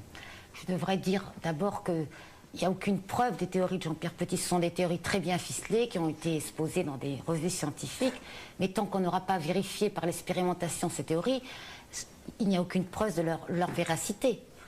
Ça colle avec l'observation, attention. D'accord, il n'y a pas eu de véritable observation dans tous les domaines. Non, mais ça colle avec l'observation. Mais ce sont des théories qui tiennent bien la route. Donc c'est un premier point. Deuxièmement, il y a quand même quelque chose d'étonnant, c'est que les Espagnols, ils n'ont pas que ce petit enregistrement. Ils ont des conversations qui durent 7 heures au téléphone avec les Zoumites. Ils n'en ont jamais fait d'autres enregistrements. Donc je ne comprends pas. Chaque fois qu'on leur a posé la question, ils nous disent « Mais c'est pas possible, on ne peut pas. Si on enregistre, ils vont couper, ils ne vont plus jamais nous appeler. » C'est ce système de croyance. C'est très difficile de faire une enquête sur le terrain parce que ce sont des gens qui croient à l'affaire et qui vivent autour de cette affaire depuis des années. Ça fait 30 ans quand même que ça dure. Donc c'est très difficile de trouver des preuves. En dehors, les seules preuves, si vous voulez, je ne sais pas si ce sont, mais ce seraient les travaux scientifiques de Jean-Pierre. Il a raison de se mettre dans ce domaine et uniquement dans ce domaine. Parce que pour le reste, c'est vraiment touffu. C'est passionnant comme histoire. Nous, on s'est vraiment amusé à faire cette enquête. C'est vrai que ça nous a entraînés dans un autre monde. Et c'est vrai que ça m'a ouvert l'esprit sur d'autres réalités. Mais je ne sais plus aujourd'hui si cette affaire, elle tient la route ou pas. Parce qu'à chaque fois qu'on tient quelque chose, ça nous file entre les doigts. Alors, il y a en effet, vous parliez des Espagnols, il y a Antonio Ribera qui a écrit ce livre, Les extraterrestres sont parmi nous, sont-ils parmi nous, avec le point d'interrogation. Vous-même, vous êtes allé avec vos confrères enquêter en Espagne. En URSS aussi. En URSS également. Et pour juste un petit mot sur l'Espagne, parce qu'il y a dans votre livre un passage assez passionnant sur l'histoire d'une main coupée. Est-ce que vous pouvez nous raconter cette main, l'histoire de cette main? Oh, c'est compliqué, c'est horrible. Mais vous pouvez y aller, parce que ça date d'il y a longtemps maintenant, donc il y a prescription, hein, ça date de 54 à peu près. Alors, moi, je vais essayer de vous la résumer. Hein. C'était une comtesse qui habitait Albacete, c'est une ville dans le sud de l'Espagne, et elle était un peu farfelue, un peu fantaisiste. Et puis, un jour, elle a reçu des hôtes payants qui lui ont demandé de lui louer une partie de son appartement. Et elle leur a loué une partie de cet appartement, c'était des gens très bien, donc je vous fais la description. Grand, blond, les yeux bleus. C'est la description des Zoomites. Hein. C'est comme ça qu'ils se présentent. Hein. Et elle leur a loué sa maison. Et puis, au bout d'un certain temps, sa fille, la fille de la comtesse, est tombée malade. Et puis, on l'a enterrée d'une maladie étrange. C'est une sorte d'anémie qu'elle a eu. Et puis, on s'est aperçu que dans sa tombe, elle avait eu la langue et la main coupées. Donc, on a accusé la comtesse de sorcellerie, parce qu'elle était tellement fantaisiste, on s'est dit, elle s'est peut-être livrée à des sorcelleries. Donc il y a eu un procès retentissant en Espagne. Et puis on a cherché la main aussi. Voilà, on a cherché la main, on l'a retrouvée dans un bocal dans l'appartement. Et puis la comtesse a fini par s'en sortir, et puis toute cette affaire a été étouffée. Et quelques années plus tard, des Espagnols qui ont reçu des lettres, et c'était une lettre d'excuse des Zoomites qui s'expliquait comme telle. Alors je vous dis ce qu'il disait. Voilà, nous avions loué un appartement à Albacete pour faire nos expériences scientifiques de biologie dans la cave, et puis il y a un virus qui s'est échappé, et elle a contaminé la fille de la comtesse, donc on a été obligé de lui couper la main et la langue. Oui, on a été obligé de récupérer ces pièces, parce qu'elle pouvait avoir des problèmes, et puis on pouvait Donc il y a eu une lettre d'excuse. Voilà, on est vrai, parce qu'ils sont très polis les Zoomites dans leurs lettres. Et vous ont écrit déjà, vous, ou pas? Non, hélas, non. Bon, si jamais ils nous écoutent, ils peuvent écrire. Martine Pesselot peut vous écrire au journal. Hein. C'est le Figaro, madame. Vous avez travaillé dans des journaux très sérieux, Libération et autres. Jean-Pierre aussi serait content d'avoir une lettre, mais jusqu'à présent, ce sont toujours les Espagnols qui se sont dévoilés. Il paraît qu'ils ont écrit dans le monde entier, parce que quand on voit les cachets de la Poste, ça provient d'Australie, de partout. Ils disent qu'ils ont des interlocuteurs dans le monde entier, mais pour l'instant, nous, on a trouvé que les Espagnols. Et est-ce que vous serez capable de les reconnaître comme ça? Est-ce que dans la rue, par exemple... Je surveille quand même, depuis... Quand j'ai dans En plus, je crois que c'est sérieux, parce que vous avez été une fois abordé lors d'un festival qui est assez connu. Voilà. Ça a commencé comme ça, mon histoire, parce que moi, j'étais plutôt, je résume, j'étais journaliste scientifique, assez rationnel. Et puis j'étais à un colloque à Puy-Saint-Vincent, et il y a un journaliste qui me poursuivait partout comme ça, et puis je me disais mais qu'est-ce qu'il veut? Et puis à la fin, au retour du colloque, il s'est assis en face de moi et il m'a dit, est-ce que tu connais l'affaire Oumite? Alors je lui ai dit, mais non, pas du tout. Alors il a commencé à me raconter cette affaire qui est assez étonnante, des extraterrestres qui écrivent des lettres tapées à la machine, qu'ils envoient partout. Je lui ai dit, mais c'est n'importe quoi, encore une folie. Et puis dans le compartiment, il y avait un scientifique qui était en face et qui a dit, mais non, c'est une affaire très intéressante, c'est un scientifique d'un haut niveau. Vraiment, vous devriez examiner ces lettres. Alors bon, je me suis dit, il y a peut-être quelque chose. Puis quelques jours après, j'ai été voir d'autres chercheurs dans le cadre de mon travail de journaliste scientifique, donc Stéphane Hawking et d'autres chercheurs, astrophysiciens. Et puis en m'amusant à la fin des interviews, comme j'étais dans cette histoire, je me demandais, mais est-ce que vous connaissez l'affaire Humo? Et puis alors, il me dit, n'en parlez pas, je vais vous expliquer ça. Donc à chaque fois, je tombais sur des chercheurs qui étaient au courant de cette affaire. Je me suis dit, il doit y avoir vraiment quelque chose, c'est peut-être pas une bêtise. C'est comme ça que j'ai remonté toute l'histoire et que je suis retombée sur Jean-Pierre Petit, enfin. Est-ce que je peux dire un petit mot là? Oui, je veux dire que cette affaire-là, elle n'a pas qu'un côté folklorique, amusant. À partir des années 60... Il y a quand même un côté amusant, Jean-Pierre. Non, c'est pas ça. Je veux dire que si on me demandait ce que j'en retire, moi, sur le plan personnel, c'est un coup d'œil sur ce qui se passe sur Terre actuellement. Et en 75, il y avait des informations assez précises sur les armes à énergie dirigée. Moi, ça m'a amené à faire un voyage à Sandia, à Livermore, aux États-Unis, et j'en suis revenu avec une vision tout à fait globale de ce qu'allait devenir la guerre des étoiles des années plus tard. Puis ça continue en 79, en 83, en 85. Oui, il y a des informations. Nos développements scientifiques. Oui, mais sont bien placés en tout non, cas. Pas nos développements scientifiques, nos développements scientifiques militaires. Oui. Et ce qui est raconté là-dedans est très inquiétant. Il y a quand même une chose qu'il faut bien se dire, c'est qu'en 1939, un bombardier emmenait une bombe d'1 tonne qui pouvait détruire un bâtiment. 6 ans plus tard, on avait 12 000 tonnes avec Hiroshima. En 65, 20 ans plus tard, on avait 100 mégatonnes. Je crois que personne n'imagine ce que c'est qu'une bombe de 100 mégatonnes. C'est 10 000 fois Hiroshima. Et ce que ces textes nous racontent, c'est qu'on ne s'est pas arrêté là. On a continué. Et la question, si vous voulez, qui s'extrait de ces documents, qui dépasse largement le problème cosmologique ou des choses de la main coupée, etc., c'est est-ce qu'on dispose actuellement d'armements antimatière? C'est-à-dire qu'actuellement, on a un plan de désarmement. Est-ce que c'est un vrai plan de désarmement ou est-ce que c'est pas un leurre? Est-ce que derrière, il n'y a pas des armes infiniment plus puissantes? Alors, puisque vous parlez de l'heure, nous-mêmes, on est en droit de vous poser la question. Est-ce que vous n'êtes pas victime d'un leurre, comme par exemple une grande partie de la communauté scientifique, lorsqu'elle a découvert, par exemple, vous savez, ces fameux cercles mystérieux en Grande-Bretagne? C'est facile à faire, ça. C'est facile à faire. Ah oui, mais on le dit maintenant. C'est un beau canular, ça dure depuis 30 ans quand même. Oui, ça dure longtemps. Hein. Ces deux petits pépés là qu'on voit là, les deux agriculteurs anglais. Voilà, ils nous montrent comment ils faisaient des cercles. Mais moi, je me souviens quand même qu'il y avait des scientifiques très sérieux qui nous expliquaient que vu d'en haut. Moi, je ne m'étais pas intéressé à ça. Non, ça c'est vrai. Vous n'étiez pas de ceux-là, mais beaucoup de gens étaient persuadés que c'était des coups. Je veux dire que dans cette logique-là, il faudra trouver les pépés cosmologistes qui se sont amusés pendant 28 ans à donner des informations scientifiques. Hein. Bon, alors, si c'est ça la question. Se dévoiler là aussi. Absolument, si jamais il y a des charlatans qui ont essayé ça, bon, ils peuvent nous écrire. Daniel Costel, vous êtes interpellé, comme on dit, par ce type de révélation, non? Oui, enfin, vous savez, j'ai l'impression qu'il y a plusieurs domaines. Le domaine de la croyance, le domaine de la science et le domaine de la science-fiction. Science-fiction, c'est-à-dire la poésie, et c'est somme toute tout à fait respectable, je veux dire. Donc vous n'y croyez pas, soyons clairs. Hein. Non, non, vous savez, je vais vous dire, j'ai pris l'habitude de tout croire. Je crois que c'est mieux. Parce que on peut aussi bien m'interpeller sur la Vierge, sur Fatima et sur la croyance en Dieu. Et on va voir ça tout à l'heure. En effet, vous étiez, on ne peut plus... Je suis tout prêt à croire.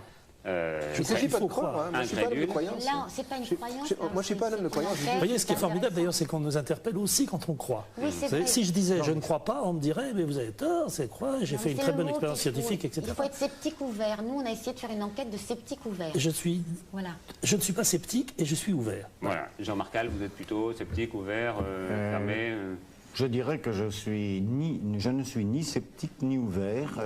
Je pense que c'est une réponse de Normand, bien que je sois breton et irlandais, mais peu importe. Je pense que l'un et l'autre, vous avez raison, parce que quand on a quand même des documents scientifiques et qu'on peut les prouver, il y a quelque chose qui me paraît étrange, qui me paraît mystérieux. Moi, j'ai d'autres choses qui me paraissent mystérieuses, que je n'explique pas, mais je suis bien obligé de reconnaître qu'il y a quelque chose là qui est à prendre en considération. Alors, puisqu'on parle scientifique, je crois qu'au téléphone, me dit Yannick Jossin, nous avons l'un de vos confrères, Jean-Pierre Petit, qui nous téléphone. Qui êtes-vous, monsieur? Oui, c'est Jean-Claude Rib, directeur de recherche au CNRS et directeur de l'Observatoire de Lyon. Je voudrais faire un commentaire à propos de ce que Jean-Pierre Petit disait tout à l'heure sur la cosmologie et son origine humide. Bon, ce qui est très frappant dans ce qu'il nous dit, c'est qu'il n'y a rien eu de révolutionnaire dans ces écrits humides. Il n'y a pas eu de choses qui aient changé. Simplement, il y a des choses qui sont compatibles avec ce qu'on sait, avec ce qu'on savait, ça, c'est pas vrai. et qui correspondent à ce que Sakharov avait publié il y a 20 ans. Donc, c'est intéressant, ça montre que ce sont des gens, des terriens compétents qui ont organisé cette chose, mais il n'y a rien de révolutionnaire. Jean-Claude, c'est pas vrai. C'est que si on avait des extraterrestres qui nous fassent une communication, on aurait quelque chose de vraiment étonnant. Et c'est ça que je voudrais faire remarquer. On n'a rien de surprenant, on n'a rien d'extraterrestre. D'accord. Alors là, Jean-Pierre Petit. Moi je réponds. Jean-Claude Rib, il n'est pas spécialiste en cosmologie théorique, première chose. Il est comme vous, directeur de recherche au CNRS. Oui, mais il n'est pas spécialiste dans le domaine. Et ensuite, il n'y a pas de cosmologie à vitesse de la lumière variable. Et ce travail de cosmologie est solution de l'équation de champ. Et lorsque je suis passé dans l'émission avec Jean-Claude Rib, il avait dit, vous savez, des modèles cosmologiques, il y en a plein. Non, des modèles qui sont solution de l'équation d'Einstein, il y en a 3, c'est tout. Bon. Alors, en tout cas, vous êtes, je peux dire, très convaincant parce que vous parlez avec fougue d'un sujet que vous avez... La science, c'est la science, point. De bien connaître. Troisième partie de Faut pas pousser, avec une question. Nous cachetons quelque chose concernant les objets volants non identifiés. Juste avant, une petite précision. Lors de notre dernière émission de mars, nous avions reçu Juliette de la Forêt, qui est une voyante, et qui avait essayé de deviner à l'intérieur d'une enveloppe quelle était la photo qui s'y trouvait. Elle n'avait pas réussi et elle avait dit qu'elle avait été troublée par l'ambiance, par les personnes qui étaient là, mais elle se proposait de le refaire si l'ambiance était correcte, si elle n'était pas troublée. Alors, après l'émission, nous lui avons proposé un rendez-vous de manière à recommencer l'expérience sans la troubler du tout, Et au départ, elle a été d'accord, et puis ensuite, elle ne l'a plus été. C'est pourquoi nous ne pouvons pas vous présenter le document aujourd'hui. Revenons aux ovnis. Nous avons là quelques spécialistes. Monsieur Jean-Jacques Velasco, tout d'abord. Monsieur Velasco, vous êtes ingénieur responsable du CEPRA. Que veut dire le CEPRA? Ça veut dire Service d'expertise des phénomènes atmosphériques. Vous dépensez du CNES, qui veut dire lui-même Centre national d'études spatiales. C'est bien ça, monsieur? Sauf que c'est pas service d'expertise, c'est pas de service d'expertise, mais service d'expertise des rentrées atmosphériques. Des rentrées atmosphériques. Excusez-moi, monsieur, des rentrées atmosphériques. Par exemple, une météorite, ça fait partie de vos attributions. Ça fait partie effectivement. Elle rentre dans l'atmosphère, donc forcément, vous y intéressez. À vos côtés, monsieur Lucien Clairbeau. Monsieur Clairbeau, vous êtes secrétaire général de la Société belge d'études des phénomènes spatiaux. C'est bien ça, monsieur? Exactement, oui. Alors, à la différence du CEPRA, vous ne dépendez pas du tout de l'État. Nous ne sommes pas un organisme étatique, mais tout à fait autonome, autofinancé, indépendant, et donc une association sans but lucratif comme votre loi de 1901. Et vous venez de sortir un gros bouquin, un très gros bouquin. Le second, en fait. Oui, qui s'appelle Vague d'ovnis sur la Belgique, une énigme non résolue. Hein. C'est une vague, monsieur, qui s'est produite relativement récemment. Donnez-nous les dates du début de la vague et de la fin. Oh, les événements se situent dès le début de novembre 89. Oui. En fait, il y a des témoignages de gendarmes. Oui. Novembre 89 à aujourd'hui. Jusqu'à aujourd'hui, ça continue encore. Je dirais entre guillemets, une vague qui n'en finit pas. Une vague qui n'en finit pas. Alors, à vos côtés, par exemple, monsieur Robert Roussel, qui est journaliste et auteur d'un ouvrage qui a un petit peu déclenché, vous venez de dire d'ailleurs, ce sujet, c'est OVNI, les vérités cachées de l'enquête officielle. Voici le bouquin de Robert Roussel paru chez Albin Michel. Voilà. Alors, monsieur Roussel, qu'est-ce que vous entendez par là? J'entends pas grand-chose, mais j'espère Si, monsieur, non, on n'est plus dans le bruit. Hein. Voilà, justement. Oui. Moi, je regrette qu'il n'y ait pas un peu plus de bruit fait autour de l'enquête officielle, justement faite par le CNES. Oui. Et c'est un petit peu ce que je vais développer autour des déclarations, certainement, de monsieur Velasco. D'accord. Et j'ai quelques documents qui vont certainement montrer... Entendu. Alors, en face de vous, deux messieurs, monsieur Hugo Nart, vous êtes rédacteur en chef de Étrangeté et Mystère, dont voici le numéro 11 d'ailleurs. C'est bien cela? C'est cela même, oui. D'accord. Et à vos côtés, monsieur Hugo Nart, nous avons monsieur Jean Grellet. Monsieur Grellet, vous avez notamment été pendant 20 ans commandant de bord à Air France. C'est exact. Et vous avez vu, en tant que pilote de ligne, vous avez été le témoin d'un phénomène, on peut le dire, d'entrée dans l'atmosphère d'un engin non identifié. C'est ça, grosso modo? Vous ne le décrivez pas, vous ne le décrivez pas maintenant. Je ne décris rien. Mais c'est pas véritablement d'entrée, simplement à 2 reprises, notre avion a été dépassé par un phénomène. Je ne sais pas d'où il venait. Vous ne savez pas d'où il venait, d'accord, très bien. Alors voilà, nous allons commencer, si vous le voulez bien, par un premier témoignage qui va tous nous intéresser. Monsieur Nart, vous vous intéressez de près au phénomène non inexpliqué, et vous avez rencontré, il y a 11 mois, un monsieur qui s'appelle monsieur Gérald de Gâteau. C'est cela. Monsieur Gérald de Gâteau habite Saint-Julien-les-Villas dans l'Aube. Et il y a vu, il y a près de 30 ans maintenant, près de 30 ans, parce qu'il s'est, ou même 35 ans, il a vu de ses yeux, un ovni. Il l'a caché pendant des années et des années. Pendant 17 ans. Parce qu'il pensait qu'on n'allait pas le prendre au sérieux, qu'on allait se moquer de lui. Et puis aujourd'hui, il témoigne, le voici sur votre écran. Nous étions le 28 mars 64, et chaque samedi et dimanche, je me rendais chez mon beau-frère qui habite Doche, derrière cette côte là-bas. Lorsqu'un matin, ce 28 mars 64, il y avait une gelée blanche, je vois dans le champ vert là-bas une énorme citerne posée là. Et là, par esprit de curiosité, je me suis arrêté en bas de la côte et j'ai grimpé le chemin pour aller voir ce qui se passait, cette fameuse citerne. Et elle était comment? Énorme. 10 mètres de long, 5 mètres de haut, arrondi aux extrémités et couleurs métallisées. Et ça, vous en êtes sûr? Parce que ça fait 30 ans. Ça fait 30 ans, j'en suis sûr, parce que ça, c'est gravé là-dedans. Et alors, quand est-ce que vous avez compris que c'était peut-être autre chose qu'une citerne? Eh bien, j'ai voulu aller la voir, je suis descendu dans le chemin, et la citerne décolle verticalement. Et j'ai fait demi-tour. Et alors, comment ça décolle? Il y avait du bruit? Expliquez-moi le décollage. Le bruit, je ne sais pas, si j'ai rien entendu. Tellement j'ai eu peur, je suis filé dans le chemin. 6 semaines après, je suis revenu sur le lieu du décollage, et j'ai trouvé par terre 6 objets métalliques comme ceci. Combien? 6. Et vous êtes sûr que ça provient de la soucoupe? Oui. Parce que ça peut pas être une personne qui dépose 6 objets métalliques comme ça sur 1 mètre carré puis qui s'en aille. C'est pas possible. Et alors qu'est-ce que vous en avez fait? Ben, je les ai ramassés et je les ai mis dans ma cave pendant 14 ans. Et alors pourquoi vous n'en parlez que maintenant? Eh bien, à l'époque, quand on allait à la gendarmerie dire qu'on avait vu une soucoupe ballon ou parler qu'on avait trouvé quelque chose, on était irrémédiablement enfermé dans un asile psychiatrique. Et vous savez ce que c'est? Pas du tout. Non. Merci à M. Gratteau. Je crois qu'il exagère un peu, on n'était quand même pas enfermé systématiquement. Bon. Mais cela dit, voici l'un des 6 morceaux, c'est bien ça, l'un des 6. L'un des 6 morceaux, oui. L'un des 6 morceaux qu'il a trouvé, que M. Nart nous a apporté. Alors, l'un de ces morceaux, M. Velasco, je crois que vous l'avez également, vous avez eu des morceaux comme cela entre les mains. Bon, enfin, tout au moins votre service, j'entends par là. Ben écoutez, à ma connaissance, je n'ai pas eu de morceaux de cette nature. Et si aujourd'hui, effectivement, je constate que l'un de ces morceaux peut être présenté à l'analyse, eh bien, je serais ravi effectivement d'effectuer les analyses sur cette affaire. 1979. Une lettre a été envoyée donc à l'ex-patron du GEPAN, qui était votre patron à l'époque, M. Esterle, faisant état, lettre signée par M. Esterle, disant un premier examen de l'échantillon que vous avez envoyé conduit aux constatations suivantes, etc., etc. Deuxième lettre, suite à une demande de M. Esterle, demandant de récupérer tous les morceaux de métal. Pourquoi? Où sont-ils passés? Troisièmement, une lettre qui a été faite suite à la réponse de M. Esterle, en réponse du groupe qui s'occupait de la recherche à M. Gâteau, où on dit « Nous vous remercions pour votre lettre du 3 août et votre diligence à procéder à l'analyse de l'échantillon remis ». Alors que sont-ils devenus? Moi je pose la question au nom de M. Gâteau. On parle de la science après, au nom de M. Gâteau. Que sont devenus les échantillons? Moi je vous envoyais plus la lettre recommandée. Il y en a combien entre les mains du... M. Gâteau en a ramassé 6. En a fourni 5 à M. Guy Capet. Oui. M. Guy Capet. C'était le GEPAN à l'époque. Le GEPAN à l'époque. C'est ça, qui s'appelle maintenant, excusez-moi, le CEPRA. C'est le CEPRA maintenant, mais c'était le GEPAN à l'époque. Oui, oui. M. Velasco travaillait encore à l'époque là-bas. Déjà là-bas d'ailleurs. Oui, d'accord. Donc ils ont disparu. Oui, donc alors, le dernier témoin, c'est ça. Le dernier, c'est celui qui gêne le plus, parce que depuis, j'ai eu pas mal d'ennuis depuis que j'ai sorti ce morceau de métal. Pourquoi vous avez des ennuis? J'ai eu des pressions. D'abord d'un groupe qui s'appelle le GNEGU, je tiens à le citer parce que ça a été une Qu'est-ce que c'est que le GNEGU, excusez-moi? Un centre national d'études des groupes ufologiques de l'Est. Enfin, c'est quelque chose d'assez troublant parce que ça c'est privé, ça. Très privé, oui. Oui. Et là-dessus, donc, j'ai écrit diverses lettres à M. Velasco, qui ont envie de me répondre. Alors, chose troublante, j'envoie 3 lettres recommandées. Je ne recevais même pas l'accusé de réception. Il a fallu que j'envoie une lettre en passant par le directeur du CNES. Dedans, il y avait une lettre pour vous. Et vous m'avez répondu ceci, M. Velasco. Donc il y a des preuves comme quoi le GEPAN a bien reçu les dossiers à l'époque.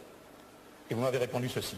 Suite à vos différents courriers dans lesquels vous sollicitiez le CEPRA concernant une affaire ancienne datant de juillet 69, donc c'est 74, j'ai une petite erreur, mais c'est pas grave, j'ai le regret de vous signaler que je ne puis répondre favorablement à votre question à ce sujet. Par ailleurs, je souhaitais également vous signaler que le CEPRA n'est nullement tenu dans sa mission d'ouvrir ou de rouvrir les dossiers qui n'ont pas fait l'objet de procès-verbaux officiels par le biais des autorités chargées de recueillir les informations relatives au phénomène, au cas d'observation des phénomènes. Alors, M. Velasco, je vous pose la question. Si vous dites que ce dossier-là, on ne peut pas l'ouvrir parce qu'il n'y a aucun groupement officiel qui s'en est occupé, que faisait le GEPAN à l'époque? Qui a fait les analyses à l'époque? Moi, je vous ai demandé qu'on rouvre les dossiers. Vous n'avez jamais voulu revoir le dossier. Écoutez, je n'ai pas retrouvé, je n'ai pas retrouvé dans les archives du GEPAN les résultats des analyses de ce morceau de métallique. Et vous ne me dites pas, vous me dites simplement que vous ne voulez pas revoir le dossier, c'est différent. Non, mais oui, mais c'est signé de ma main dans la mesure, si vous voulez, où je n'ai pas retrouvé officiellement les documents relatifs à cette affaire. Ceci étant, aujourd'hui, vous m'apportez un élément nouveau, qui est un morceau métallique, qui pourrait fort bien faire l'objet d'une analyse et d'une expertise. Moi, croyez-moi, elles ne sont pas très... Écoutez, ce que je peux vous dire, c'est que ce soir, je prends formellement l'engagement d'effectuer les analyses sur ce morceau métallique. Parce que le morceau de métal, c'est mon ombre, je le suis partout où il va. Ah bah écoutez, il y en a 5 qui ont disparu, je ne veux pas que le 6e disparaisse aussi, c'est le seul qui reste. Bah écoutez, ce soir, je pense qu'il y a suffisamment de gens qui nous écoutent. Quand même, qui pourront prendre acte de cette... À l'époque, les 6 morceaux s'est passé devant FR3, il y a quand même 5 morceaux qui ont disparu. Mais il suffit de fractionner celui-là. Exactement. Il suffit de fractionner, dit très justement, avec une logique absolue. Très précise, parce qu'on peut réchauffer le métal, donc ça peut changer certaines choses. Oui, enfin écoutez, là je pense que vous allez trouver un modus operandi, n'est-ce pas, pour pouvoir traiter à bout devant les caméras la prochaine fois, mais cela dit, on est d'accord que vous allez tenter de faire les analyses pour savoir un petit peu d'où vient ce métal et s'il est parfaitement terrestre ou bien s'il y a quelques mystères en quelque sorte dedans. Absolument. D'accord. Vous avez un morceau de quoi, monsieur, devant vous là? Ah ben écoutez, ceci est un morceau de métal qui était au départ un ovni. Oui. En fait, il s'agissait... C'est un morceau qu'on vous a transmis par une gendarmerie, je suppose. Oui, absolument. C'est ça. Le canal habituel, si vous voulez, des témoignages fait que lorsque quelqu'un observe un phénomène dans l'espace, atmosphérique ou extra-atmosphérique, en fait, il va communiquer cette information à une brigade de gendarmerie. Alors là, qu'est-ce que c'est? Alors là, il s'agissait d'un phénomène lumineux qui avait été observé au-dessus de la Belgique en 1985. Oui. Et le lendemain matin, dans la région de Bourges, un agriculteur découvre ce morceau de tôle dans son champ. Et ce morceau de tôle, il le porte à la gendarmerie. Et en effectuant les analyses métallurgiques de ce morceau, on a découvert en fait qu'il s'agissait d'un morceau de réservoir d'une fusée soviétique qui s'était consumé en rentrant dans l'atmosphère et qui avait provoqué un phénomène lumineux qui, pour les gens au premier abord, correspondait à un ovni et qui, en fait, après l'expertise et l'analyse, s'est avéré être 1 kilo d'un objet qui faisait sans doute quelques dizaines de tonnes. D'accord. Alors, monsieur Clairvaux, vous avez analysé les témoignages, des milliers de témoignages, je dirais, belges, concernant les phénomènes qui continuent encore, d'ailleurs, la vague en quelque sorte, puisque je rappelle le titre de votre bouquin, c'est Vague d'OVNI sur la Belgique, donc cette vague d'OVNI. Et aujourd'hui, sans vous engager, je veux dire simplement, à travers tous ces témoignages, est-ce que vous considérez qu'il y a des choses qui sont inexplicables et inexpliquées? Absolument, mais je crois qu'il faut dépasser absolument le stade de la polémique. Oui. Et je crois qu'il faut aussi dépasser avant tout le stade du témoignage humain. Oui. Il faut aller au-delà. Oui. Il faut essayer de mettre en application toute la méthodologie strictement scientifique quand c'est possible. Pour ça, il faut avoir des idées, des propositions. Il faut intéresser la communauté scientifique.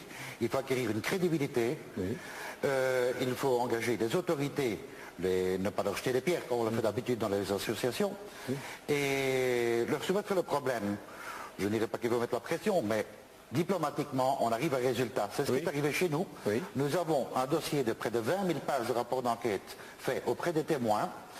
Nous avons affaire à un phénomène qui présente toutes les caractéristiques d'un phénomène original, c'est-à-dire des plateformes qui ont un aspect, en tout cas, jusqu'à présent, apparemment matériel, et qui ne semble en tout cas être sans rapport avec un engin artificiel connu. J'insiste, la nuance est importante. Donc, quand on tient compte de ces observations qui sont extrêmement rapprochées, il ne s'agit pas de phénomènes comme le 5 novembre où apparemment c'était extrêmement éloigné. Je parle ici de plateformes d'engins vues parfois à quelques dizaines de mètres, encore une observation il y a 2 mois, 6 mètres de distance. Oui. En vol stationnaire. 6 mètres. 6 mètres de distance, en vol stationnaire, avec absence de souffle en dessous de l'engin. Quand vous avez un objet en vol stationnaire, que ce soit un avion, un hélicoptère, n'importe quoi, il faut qu'il développe une position verticale égale au poids de l'engin. Il n'y a pas de souffle remarqué. Hein, les arbres ne sont pas en balotage, rien de tout ça. Donc on a un phénomène qui est tout à fait original, qui sont des plateformes énormes, qui ont une épaisseur de 1 à 2 étages de maison, dans certains cas, qui ont 20 à 30 mètres généralement de côté, qui sont bien fermés, qui ne présentent pas de carlingue d'aile, qui ont des phares dans le dessous de cette plateforme, des phares d'un diamètre énorme, décrits comme ayant 1,50 m à 2 mètres de diamètre, et une espèce de gyrophare rouge au centre. Caractéristique hautement étrange, je crois que l'indice d'étrangeté est un indice important, dans le sens où il permet d'éliminer les phénomènes de confusion, par exemple, et au niveau de ce gyrophare rouge central, eh bien, il y a un comportement qui est hautement étrange, qui quitte l'engin, un engin en vol stationnaire, il quitte l'engin, parfois il se fractionne, et parfois il vient à quelques mètres des témoins. Ceci est recouvert par des quantités de témoignages. Ceci sont des caractéristiques hautement étranges, il y en a toute une série, tout à fait inexplicables et incompatibles avec quelque chose de connu. Alors, pourquoi est-ce que cette enquête tout à fait remarquable menée par nos amis belges, pourquoi est-ce que finalement sur un certain nombre de phénomènes, parce qu'il y a eu des vagues comme ça en France, on en parlait avant l'émission, il y a eu plusieurs vagues, pourquoi est-ce que finalement ce genre de choses n'a pas été publié en France ? Eh bien écoutez, parce que tout d'abord le travail que fait donc le service officiel n'est pas un travail qui reçoit une publication sous forme d'un ouvrage grand public.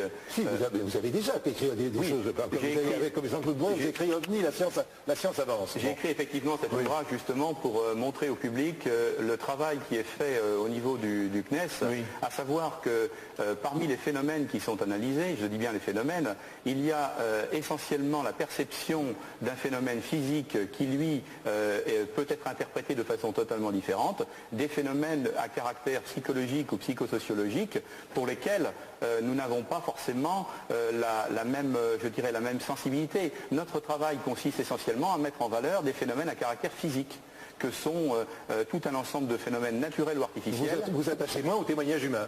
C'est-à-dire que le témoignage humain, il a, je dirais, à la fois des avantages et des faiblesses, en ce sens que lorsque vous faites par exemple une enquête judiciaire, vous vous rendez compte de la difficulté qu'il y a à prendre en compte le témoignage humain. Nous allons pas dans quelques instants. Monsieur Roussel, vous êtes déclenché à la suite de quoi? Qu'est-ce qui vous trouble dans l'attitude du CEPRA? D'abord, ce qui me trouble, c'est que d'abord le CEPRA minimise absolument toutes les données que possédait le GEPAN. Ensuite, moi je ne suis pas venu comme ça n'importe comment à faire un livre sur les ovnis. Je me suis attaché au basket, comment dire, du CEPRA, du GEPAN depuis 1979. Oui. C'est-à-dire que j'ai suivi l'évolution de l'enquête officielle. Oui. Et puis j'ai constaté peu à peu la dérive de l'enquête officielle. Quand M. Clairbeau parle des ovnis qu'ils ont enregistrés à la Sobette, il oublie de dire une chose, c'est que son groupement n'est pas officiel. Oui. C'est un groupement fait de bénévoles, il y a des scientifiques de grande valeur, mais nous, en France, nous avons eu la chance d'avoir un groupement officiel représenté par le CNES. Quand M. Velasco parle du livre qu'il a effectué, c'est pas le livre qu'il a effectué au nom du CNES, c'est un livre qu'il a effectué avec M. Bourret à titre personnel. C'est-à-dire que les déclarations et les constats qui sont faits à l'intérieur de ce livre, le CNES ne les reconnaît pas forcément. Quand M. Velasco parle par exemple de Trans-en-Provence, il conclut par une analyse très intéressante. Trans-en-Provence, c'est l'histoire d'un monsieur qui voit un objet toucher le sol, une trace très importante se produit, les scientifiques s'occupent de cette trace 39 jours après, mais c'est quand même une trace qui est intéressante scientifiquement, et lui dans son livre, M. Velasco, il conclut, que conclure? Mon opinion, qui, je le souligne, n'engage que moi, est la suivante. Oui. Il existe dans notre espace des objets qui échappent à tout contrôle de la part des autorités civiles et militaires et qui utilisent des technologies dépassant les nôtres. Voilà ce que dit M. Velasco, témoin de l'enquête officielle. Mais attendez, M. Velasco, n'est peut-être pas un homme qui est contre les ovnis systématiquement. Non, il n'est pas contre. Ce que je veux expliquer, c'est que le CEPRA, dans la version officielle de la plaquette qu'il offre au public, voilà ce qu'il dit de cette affaire. Concernant la même affaire, conclusion, l'hypothèse d'une corrélation certaine entre le témoignage et les traces physiques observées est retenue, mais n'est pas vérifiable à 100%. Les résultats d'analyse du témoignage, de l'empreinte au sol et des analyses biochimiques n'ont pas permis d'aboutir à une conclusion catégorique sur la nature du phénomène. Oui. Ce cas reste l'un des rares phénomènes inexpliqués dans les annales du CEPRA. C'est très bien tout ça, mais pourquoi y a-t-il une telle différence entre M. Velasco, qui écrit un livre à titre personnel... Parce que c'est son opinion personnelle, et que là c'est l'opinion du CEPRA. Eh bien voilà, vous êtes en train d'expliquer toute la différence qu'il y a. Le CEPRA, organisme du CNES, refuse d'accepter qu'il y ait, si vous voulez, des objets inconnus qui survolent notre atmosphère. Attendez. Pourquoi il refuse? Je ne crois pas que, excusez-moi, que c'est une question de moyens. Attendez, une seconde, peut-être. Monsieur Grellet, parce que je ne veux pas l'oublier, Monsieur Grellet qui a lui aussi sorti un bouquin qui s'appelle Hypothèse extraterrestre, que j'ai là entre les mains. Monsieur Grellet, vous, en tant que pilote, vous avez donc vu un objet qui vous a dépassé, c'est bien ça, qui a dépassé votre avion. Vous étiez dans quel type d'appareil? Absolument, à deux reprises. Une première fois, j'étais second pilote, j'étais dans un Boeing 707 de la compagnie Air France, au sud de Rio de Janeiro. Oui. Et nous avons été dépassés par un objet que nous n'avons pas vu, mais que nous avons détecté au radar dès qu'il est passé par notre travers. Oui. Et nous avons pu très facilement, parce que c'est très facile au radar, mesurer la vitesse. Oui. Il allait à combien? Environ 4500 km/h. Je dis environ parce qu'il y avait les balayages successifs n'est pas tout à fait les mêmes. Est-ce que d'autres radars que le vôtre ont capté cet engin ce même jour? Cette fois-là, non. Non. Et la deuxième fois? Par contre, la deuxième fois, c'était tout à fait particulier parce qu'au moment où j'allais appeler le radar pour lui signaler que quelque chose nous doublait par la droite à une très grande vitesse, c'est le radar qui nous a appelés et qui nous a dit « Que voyez-vous à votre droite ?» J'ai décrit ce que nous voyons. Et qu'est-ce que vous voyez? Si vous voulez... Oui, petites secondes, deux autres avions sont intervenus sur la fréquence pour dire qu'ils voyaient la même chose. Et alors, ce que nous voyons, c'était ça. Quelque chose qui ressemblait à trois billes métalliques qui auraient été très serrées les unes contre les autres, et derrière, une traînée tout à fait curieuse, parce que nous étions en pleine nuit, il était minuit en heure locale, et cette traînée était lumineuse, éclairée par l'intérieur, et il y avait une espèce de structure grumeleuse, tout à fait particulière, je n'ai jamais rien vu. De quelle vitesse? À peu près, je dirais, la même vitesse, environ 4500 km/h, pour simplifier. Ce n'est qu'une évaluation, par contre, il est certain que le radar qui, lui, avait les trois avions de ligne et ce phénomène en compte, a dû mesurer très clairement. Vous dites a dû, pourquoi vous ne le savez pas? Il a confirmé qu'il avait l'inconnu sur son scope. Il m'a expliqué pourquoi. Et une enquête complète n'a jamais été faite sur ce sujet? Mieux, je suis arrivé à Los Angeles au retour, que ça se passait au-dessus du territoire américain. J'ai immédiatement fait savoir que je me tenais à la disposition de la FAA, c'est-à-dire de l'équivalent du GAC, de la direction de l'aviation civile, et que je restais 3 jours à Los Angeles. J'attends toujours la moindre curiosité. Monsieur Velasco, qu'est-ce que vous pensez de ce témoignage qui est bien connu? Moi, je me suis dit, vous avez eu le temps de l'étudier, de le regarder un petit peu. Qu'est-ce que vous en pensez de ce témoignage? Écoutez, il est quand même assez sérieux puisqu'il n'est pas seul à avoir vu la chose. Ils sont 2 autres avions et le radar du sol. Oui. Ce témoignage, je le prends tout à fait en compte, sachant que par ailleurs, un grand nombre de témoignages de pilotes sont tout à fait à retenir. Et il faut signaler que lorsqu'il y a une prise d'information par les radars, c'est un élément physique qui nous permet d'attester, dans certains cas, l'observation visuelle. Car tout le problème qui est posé au travers des interventions de ce soir, on le voit bien, c'est un problème d'observation qui nécessite ensuite une perception d'un phénomène et ensuite l'interprétation qui en est faite. Alors, monsieur, si vous le voulez bien, nous allons faire une démonstration. Nous allons faire une démonstration extrêmement simple. Nous avons été à la queue des Yvelines. Nous avons inventé complètement une manifestation. C'est-à-dire qu'il n'y a aucune manifestation qui s'est passée à la queue des Yvelines. Nous avons simplement inventé, avec une voiture avec gyrophare, avec quelques balises, vous allez le voir, nous avons inventé un événement. Et vous allez voir maintenant ce qui va se passer à la queue des Yvelines, pays bien calme de la banlieue parisienne. Regardez.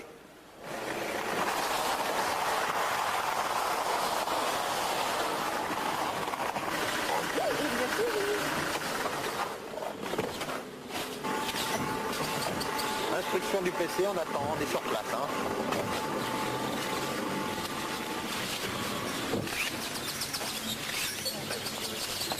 On attend les instructions et on espère. Ça fait un grand vrac dans le ciel. Les gens en parlent, c'est vrai. Ouais. Comment ça, un grand vrac dans le ciel? Bah un bruit, ça fait un bruit sourd, elle dit non tout à l'heure. Ouais, un bruit sourd. Pardon? Ça l'a réveillé la dame. Et fort le boom? Bah, il me semble bien que j'ai entendu un genre de boom, un genre de truc comme ça, mais j'ai pas prêté attention quoi. Il n'y a pas eu un bruit, on nous a parlé d'un bruit nous. Ah non, personnellement, vous savez, moi la nuit je dors. Et je suis un peu dur d'oreille alors. Moi aussi je viens de l'apprendre ce matin, quand j'ai vu ça, je me suis posé la question, et puis j'ai demandé, on m'a dit que c'était un engin ou autre chose qui aurait atterri, mais quoi? J'ai un ami qui l'a entendu, moi, il m'a raconté ça, mais il sait pas, parce que vers 3h du matin, lui m'a dit. Qu'il était, je sais pas, j'ai pas regardé l'heure. Qu'est-ce qu'il a entendu? Ben un boom aussi. J'ai senti une odeur inaccoutumée, je ne peux pas dire... vous voyez, je ne sais pas exactement quel genre d'odeur, mais une odeur que je n'ai pas l'habitude, ça n'a pas duré. Il n'y a pas eu de coupure, de saut d'image. Si. On a eu et même ce matin aussi, on a eu la lumière, l'image qui est partie 2 fois. Sur la télévision? Sur la télévision. Non, il n'y a pas eu de saut d'image. Parce que ça bouille les ondes, parfois. Par contre, il y a une coupure de courant là, sur la ligne. Là. Il y a quelque chose, j'ai vu pour la première fois une hirondelle qui arrivait chez nous. Je me suis levé, je me suis mis à la fenêtre. Je vous dis tout à fait par hasard, il faisait frais. Et j'ai vu des boules, je vous l'ai dit, mais ovales. D'abord rondes, mais prenez une allure ovale en filant. C'est pas un avion, ça bougeait pas. Avec un rayonnement intense. Et puis, quelques instants, j'ai dit au copain, regarde, on a regardé. On s'est dit, en riant, tu vois pas, c'est quand même quelque chose de surnaturel, enfin d'extra naturel. Mais là, vous savez que c'est pas impossible qu'il n'y ait pas un truc qui soit atterri là. C'est tellement bizarre maintenant la vie.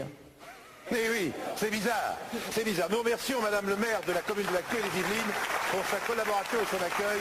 Mais je voulais, non pas conclure parce qu'on ne pourra pas conclure, mais je veux dire par là que, à la fin de ce débat, il est vrai, je comprends très bien que l'on doute parfois des témoignages humains parce qu'il est très fragile et que vous l'avez vu, en provoquant simplement un petit événement, on déclenche d'un seul coup, d'un seul l'imaginaire. Et comme nous sommes tellement heureux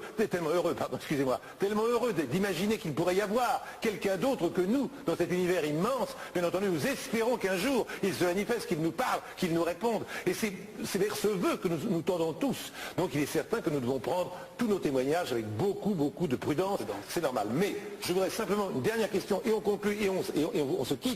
s'il vous plaît, est-ce que, quelque part, au fond de vous-même, est-ce que malgré tout, vous croyez qu'il y a des engins qui sont apparus dans le ciel du monde et dont l'apparition était inexpliquée? Il semblerait qu'il y ait effectivement des cas qui attestent la présence de phénomènes physiques qui ne soient pas aujourd'hui explicables. Monsieur Clairvaux, même conclusion? Oui, ce qui est certain, c'est qu'il faut absolument mettre en œuvre, et jamais une association ne pourra le faire s'il n'a pas le concours des autorités, de la communauté scientifique. Il y a par exemple une approche possible avec la photosatellite, avec des unités d'intervention. Merci. Monsieur, même conclusion. Moi, je vous conseille de lire l'annexe de mon livre et vous verrez les rapports qui n'ont pas été étudiés par le CNES. Et vous allez comprendre. Monsieur Nart, monsieur Gallé, merci mille fois.